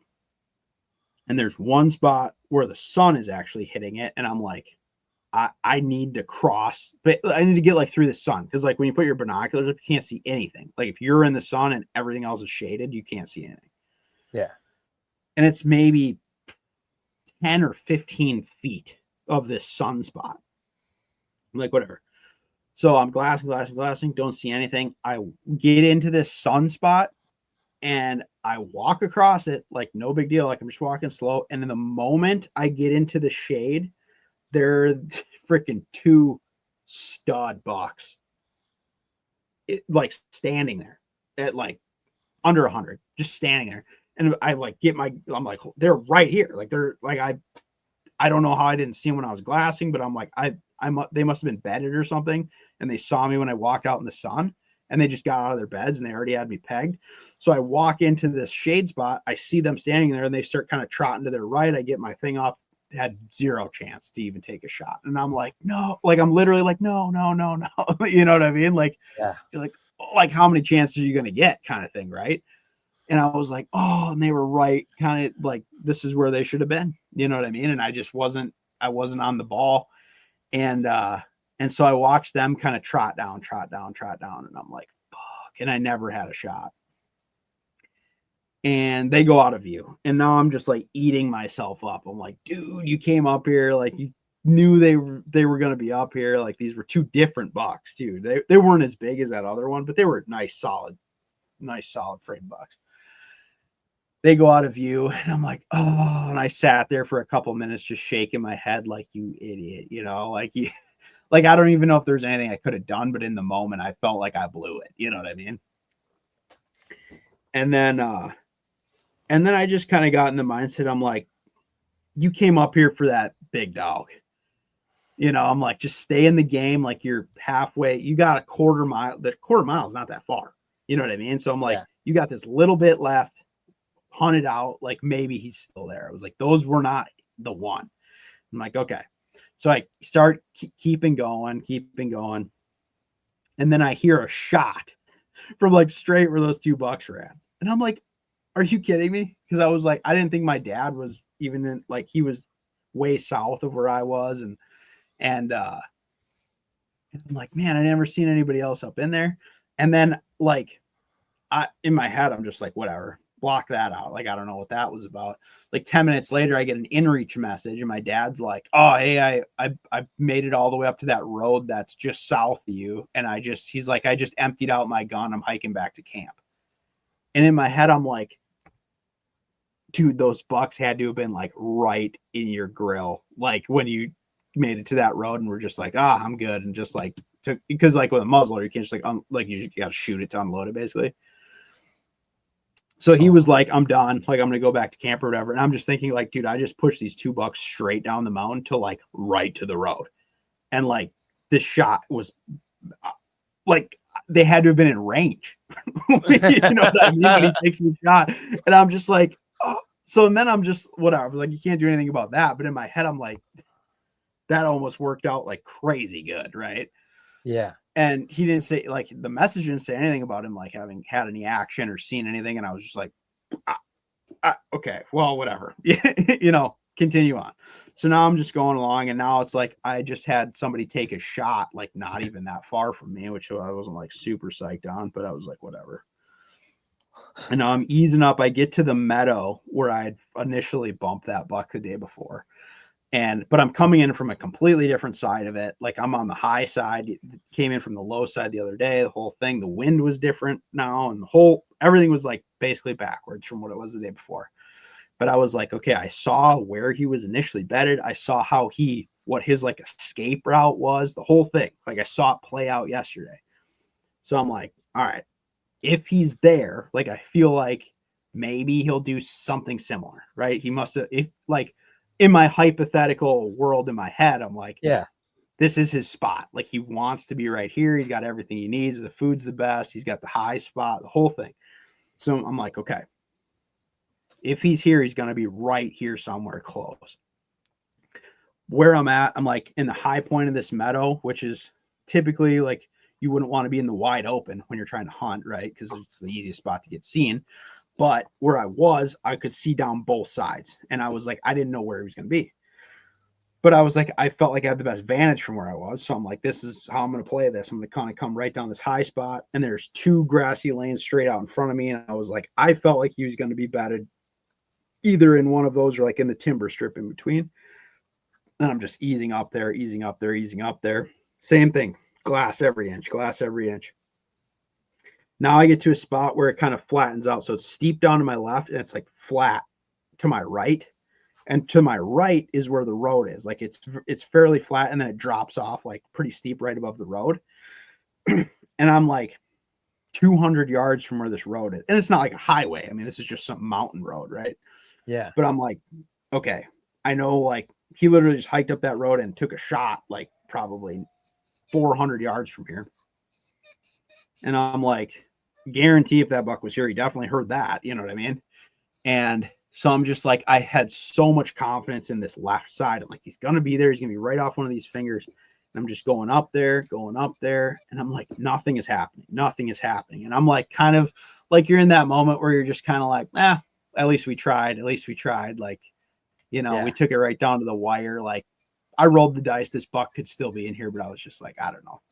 I felt good about it in my head, but I'm like, it doesn't always play out that way. So I'm like, you're kind of self-talking yourself through it. Yeah. Like, all right, yeah. You're like, this is why we did this and this is why we failed. Yeah. Like, I was like, this was still the right call, you know, all that, whatever. And you're like, it doesn't always go your way, blah, blah, blah, whatever. And I get kind of to the end of this meadow and I'm just like, at least I'm right above the road. I'm like, it's a pretty long hike out of here, but it's easy, you know. And I never want it to be over. Like, no matter what hunt I'm on, I'm always just like, you know, whatever. And we had this game plan, like when we were going to be back at camp and everything. And I'm looking at the thing and I'm like, it was something had happened. And I was kind of kicking myself on those 2 I just bumped, you know, 20 minutes ago. And I'm just like, you know, dude, you had your chance. And I'm like literally to the last little bit. And I'm just like looking around, glass it out one more time. I'm like, you know, and I got my muzzleloader like slung on my right shoulder, right? And I'm just looking over all this stuff. I'm like, whatever. And I shit you not, dude. I'm I'm like, it's been a good hunt, And I just took like one more step to go over. There's like some sticks right in front of me or whatever, and I was like gonna like step over those and then start walking downhill towards the road. I shit you not, dude. I took one step and I just heard one stick snap like to my right, like to the literally where the road is, right? Like where I was about to go. I literally took a step forward and I just heard a fairly loud, very distinct snap. And I was just like, my heart just sank. You know what I mean? Because you're like, what did I just miss? You know what I mean? Like, yeah. That I just been glassing this out, the whole self-talk thing, like, we try whatever. And I heard this stick snap, dude, and I just turned my head. Like, that was it. All I did was turn my head to the right. And the same buck from the night before was just standing there at about 60 yards in the absolute wide open, in the grass, like this short grass, like not even knee tall. And of course they look and he's just staring right at me, freaking huge rack, just velvet hanging all over and everything. And I literally just looked at him and I was like, in my gut, like in that moment, you're like, there is 0% chance you convert this moment. You know what I mean? He's got you pegged. But I was so like in that the like how mad I was that I was like, he must have been bedded right there, like basically right above the road, looking down on the road. Like that was his, he felt pressured or whatever. And he's like, I'm going to, like, if anybody comes in, if a machine drives, like he's going to see, you know what I mean? They're smart, right? Like they live there. This is their house. And I'm like, dude, I was like, he just moved to the other side of this opening so you could see better, basically from where, because I'm sure when we came in and out, we drove side by side down this road. He probably was like, I'm just going to bed above the road or whatever. I don't know how they process that, but they're smart, dude.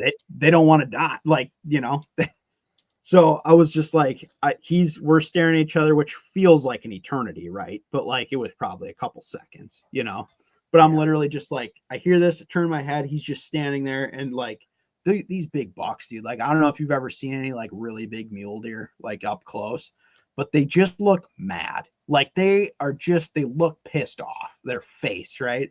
And he's just right there. And I'm just like, you fuck, like, and I'm like, you got to at least try to like, shoulder the gun. Like, how this plays out, but you're like, I gotta do it. So of course I'm like, I like slowly easing it off. He's right there. And then he starts to turn and I'm like, whatever. So I kind of turn, shoulder the gun. He's already hauling ass down the mountain. And now it's not like he's just circling around. Like he's big gone. Like I'm talking hauling ass, running straight down the mountain, and I'm just like, you just hear those hooves pounding going away. And I'm just like, that fucking sucks, and he was, dude, big dog. Like I said, definitely the biggest one I've had an opportunity to really, really give the beans on it. Yeah, I had him right there, dude, 2 days in a row. And so we ended up coming out empty, which is a major bummer, but it's also like, but you still had encounters, dude. Like, but I mean, and like, dude, it's not encounters like, with the best mule deer of your life, dude. Like, and that's all you can ask for, dude. Other than getting a kill, I would say this was definitely like the coolest mule deer specific hunt that I've been on. Like I've been on other like low country hunts like in Montana and stuff that obviously like we killed on. It was super cool and killed some big bucks in Colorado, which has been really cool too. But this one was just like super technical, I felt like, and like we were making a lot of really good. I mean, we made some bad decisions, but like but you made some wicked adjustments and you got yourself into a cat and mouse game.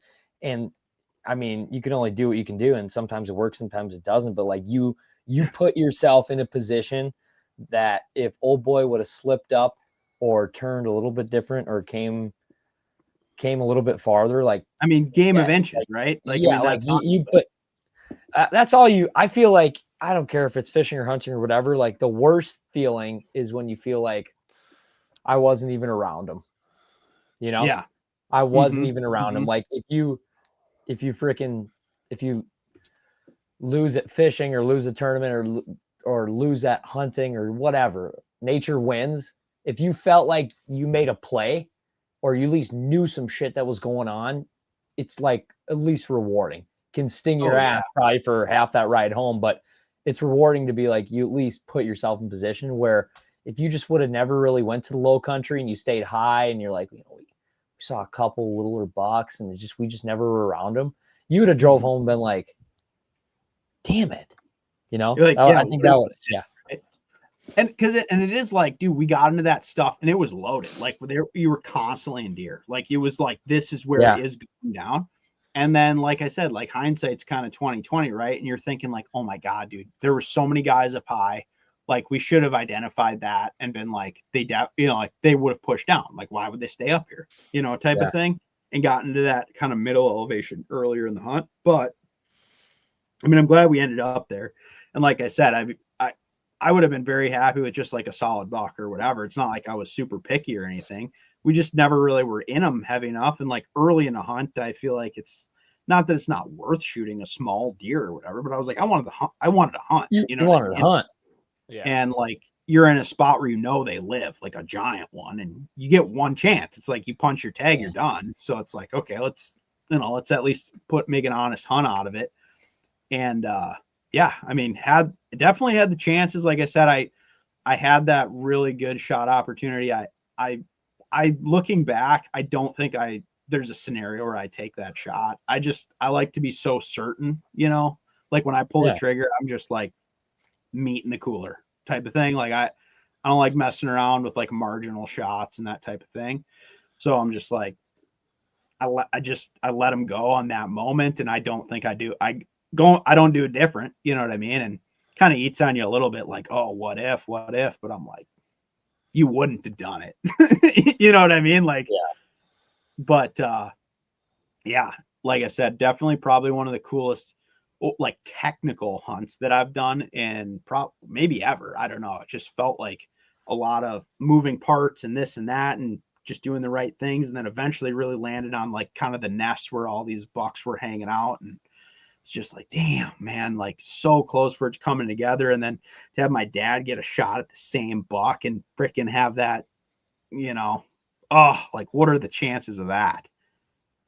That's an epic hunt though. Like that's, and it's cool. Like when you guys go back to the camp and you share stories and you talk game plan, it's like you both had an encounter with one of the biggest mule deer you've ever seen. And you both had an opportunity to see him on the hoof, and you had the gun raised, dude. Like the green light was there. Like it's not just like he was hunting a totally different area and he had a cool story and you're just like, wow, that's awesome. Like you're like, I can relate, dude. Like he was up here and he circled back down. It's just, well, and the fact that he even went back in there, like I feel like I learned a lot on this one as far as just kind of like their behavior too. Like I got to watch, a decent number of deer and see them in the high alpine and then this kind of like lower timber country and all kinds of stuff. And it's like, the more you see them, the more you kind of like see how they act. And you're just like, okay. Yeah. And these big, I mean, they get big for a reason, it's like because they get shot if they're stupid, or they make a mistake. So it's like, granted, like I said, I'd have been happy with kind of a tweener buck too, but I was just like, dude, I didn't expect to, run into probably one of the biggest bucks on the mountain in that last couple of days. And then all of a sudden be like, oh my God, dude, we got to pursue this thing, and have him at that closer range for that long. Like I said, I think that first day I ran into him, I had him for probably at least 45 minutes under 100 yards and never really had a quality shot opportunity, which was exciting, but also frustrating at the same time, Damn. But yeah, lots of cool shit. Like saw a bunch of elk out there, saw some really nice bulls through the spotting scope, saw some moose. That was cool. A bunch of bighorn sheep. That was cool. Beautiful out there. And that spent a lot of time like way high, above 12,000 feet or whatever. It's gorgeous up there. I can't wait to go back. Like I feel like I learned that unit really good now and seeing some different sides of it and kind of how they operate in some different areas, but I'm ready to go back. So it's going to be a little bit before I get that tag again, but I'm stoked to get back in there and get after it. But that's hunting, man. Like they win sometimes and that's okay. That's part of the game. So if it was just like a slam dunk every time, I don't know if it'd be as fun, but leaves you wanting more for sure, bro. I was like, dude, we're so close on such a freaking big one, Oh, dude. And those two, like the other two that I bounced on that last day too, I was kind of like a little bit heartbroken on, but then I was like pumped that I was just like, no, dude, like you're here for the dude. And then to see him again and like, oh my God, dude, that's going to haunt me for a while. I'm telling you, hiking out of there, because I probably had close to a 2-mile hike from the moment that I blew that back to where the camp was. And like, it's done. Like, it is game over. I'm going home. Like, I'm hiking out of here. And like, I went from like, man, I am pissed, to just like kind of like bummed out, to like, dude, I felt like I was going to throw up. Like, I was literally in that, like, I was, you just have like so much anticipation, the adrenaline, the whole thing. I was like, I literally wanted to puke. I was so worked up about blowing that thing out in the last moment. And then, like, I make it back to the camp, and my dad was already like tearing down the wall tent and stuff. And he's like, well, did you get into anything? And I literally, like, how do you even start to explain? You'd be like, couldn't even talk, dude. I was like, let's just talk about it on the drive home when I'm ready. Like I literally couldn't even, and I was like, oh, dude, like oh man, dude, I just wanted to cry. I was like, that was so close, so close. Damn. So I feel that ate on me for a couple days in a row. When I got home, I was like, I didn't want to even talk about anything, dude. I was just mad. But damn, I feel like for Christmas, it was an epic story. You got to get your dad some sort of a stocking stuffer, like order a little package of ammo online that says rock-proof bullets or something. yeah. Oh man, you got to make light of it. I gotta figure something out. But yeah, dude, it was an epic time, and saw some really cool stuff. And I feel like, especially in places like where you end up hiking, like somewhere where the hunting wasn't that good, you get up to like a really epic spot, and you're just like, in the moment, you're kind of like, this is kind of lame, because like it's not the deal. Yeah.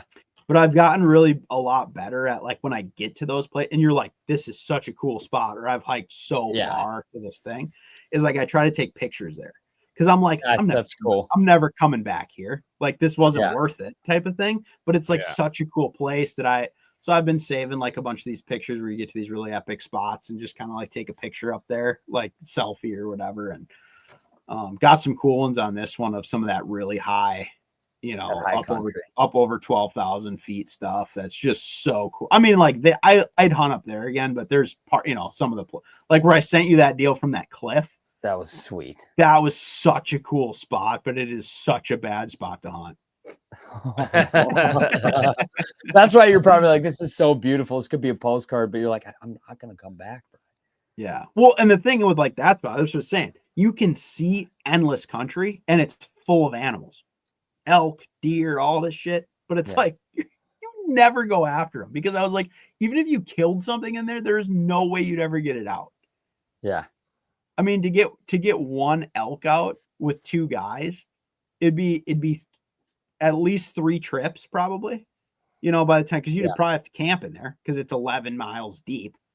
I was like, so each guy would have to do minimum 3 round trips out of that. So you're talking 66 miles of hiking minimum per guy to get an elk out of there. Like, it's not possible. No. Like, I don't think I'm probably doing that. Like, maybe if I got like horsed in there or something, like, I don't know, man. Like, it was you got a horse call on back up. You got to call on one of those big drones. Yeah. Well, and like it's everything's so steep too. I'm even thinking, like, even if you got horsed in here, just to hunt this would just be brutal. You know what I mean? And I'm like, no wonder there's all these big bulls back here. Like, look how beautiful this is. Nothing touches them down there, Yeah. But yeah, man, it was cool out there. So looking forward to getting back. A little bit bummed I don't have an elk tag this year, because I didn't put in for Colorado because I knew we were doing this mule deer hunt, and then I struck out in the draw in Montana, so I did not score an elk tag. So bummer on that deal. But I would say from here on out, all the deer are in big trouble around here. Yeah, because I'm ready to do it to them. Pink's on doe patrol. Yeah. I got some nice bucks showing up too, but like I'm definitely going to be doing some meat collection in Minnesota. I am excited to see that. Maybe the first year in a while that they don't have an elk or a muley that have hit their freezer. So like Metro deer beware. Like, well, okay, I will say this though, we do still have a mule deer opportunity because my dad, I did not draw a mule deer tag for Montana, but my dad did. And then me and Nicole both drew whitetail doe tags for Montana. So we're going out there with 3 tags. Oh, but, yeah. So I hope something goes down out there, and this will be like Nicole's first like legit hunt, which I'm super looking forward to. Sweet. So she's been doing a bunch of shooting and everything and getting ready for that, and I think it's gonna be a good time. But yeah, so we do have another western hunt right before Thanksgiving. It's like a week prior to Thanksgiving, I'd say. Nice. So we're gonna go out there and do that, and then but between now and then it'll be all the Minnesota stuff. So we'll know where we stand. Yeah. But yeah, looking forward to it. And like I said, we still get to chase some muleys because we kind of hunt as a team. It's kind of the way we do it. So it's like we'll glass and do that and the whole thing. So looking forward to hopefully trying to chase a nice buck out there. I know we haven't been too picky, but there's some big bucks in Montana. So still get to play the game and go after them and hopefully find some whitetails too. But yeah, so that's like my favorite time of year, getting to just chase stuff. And like I said, we got a bird trip coming up in like a week and a half from right now. So looking forward to that, and meat will be rolling. We got a lot of things happening, but plenty of hunting to do. Yeah.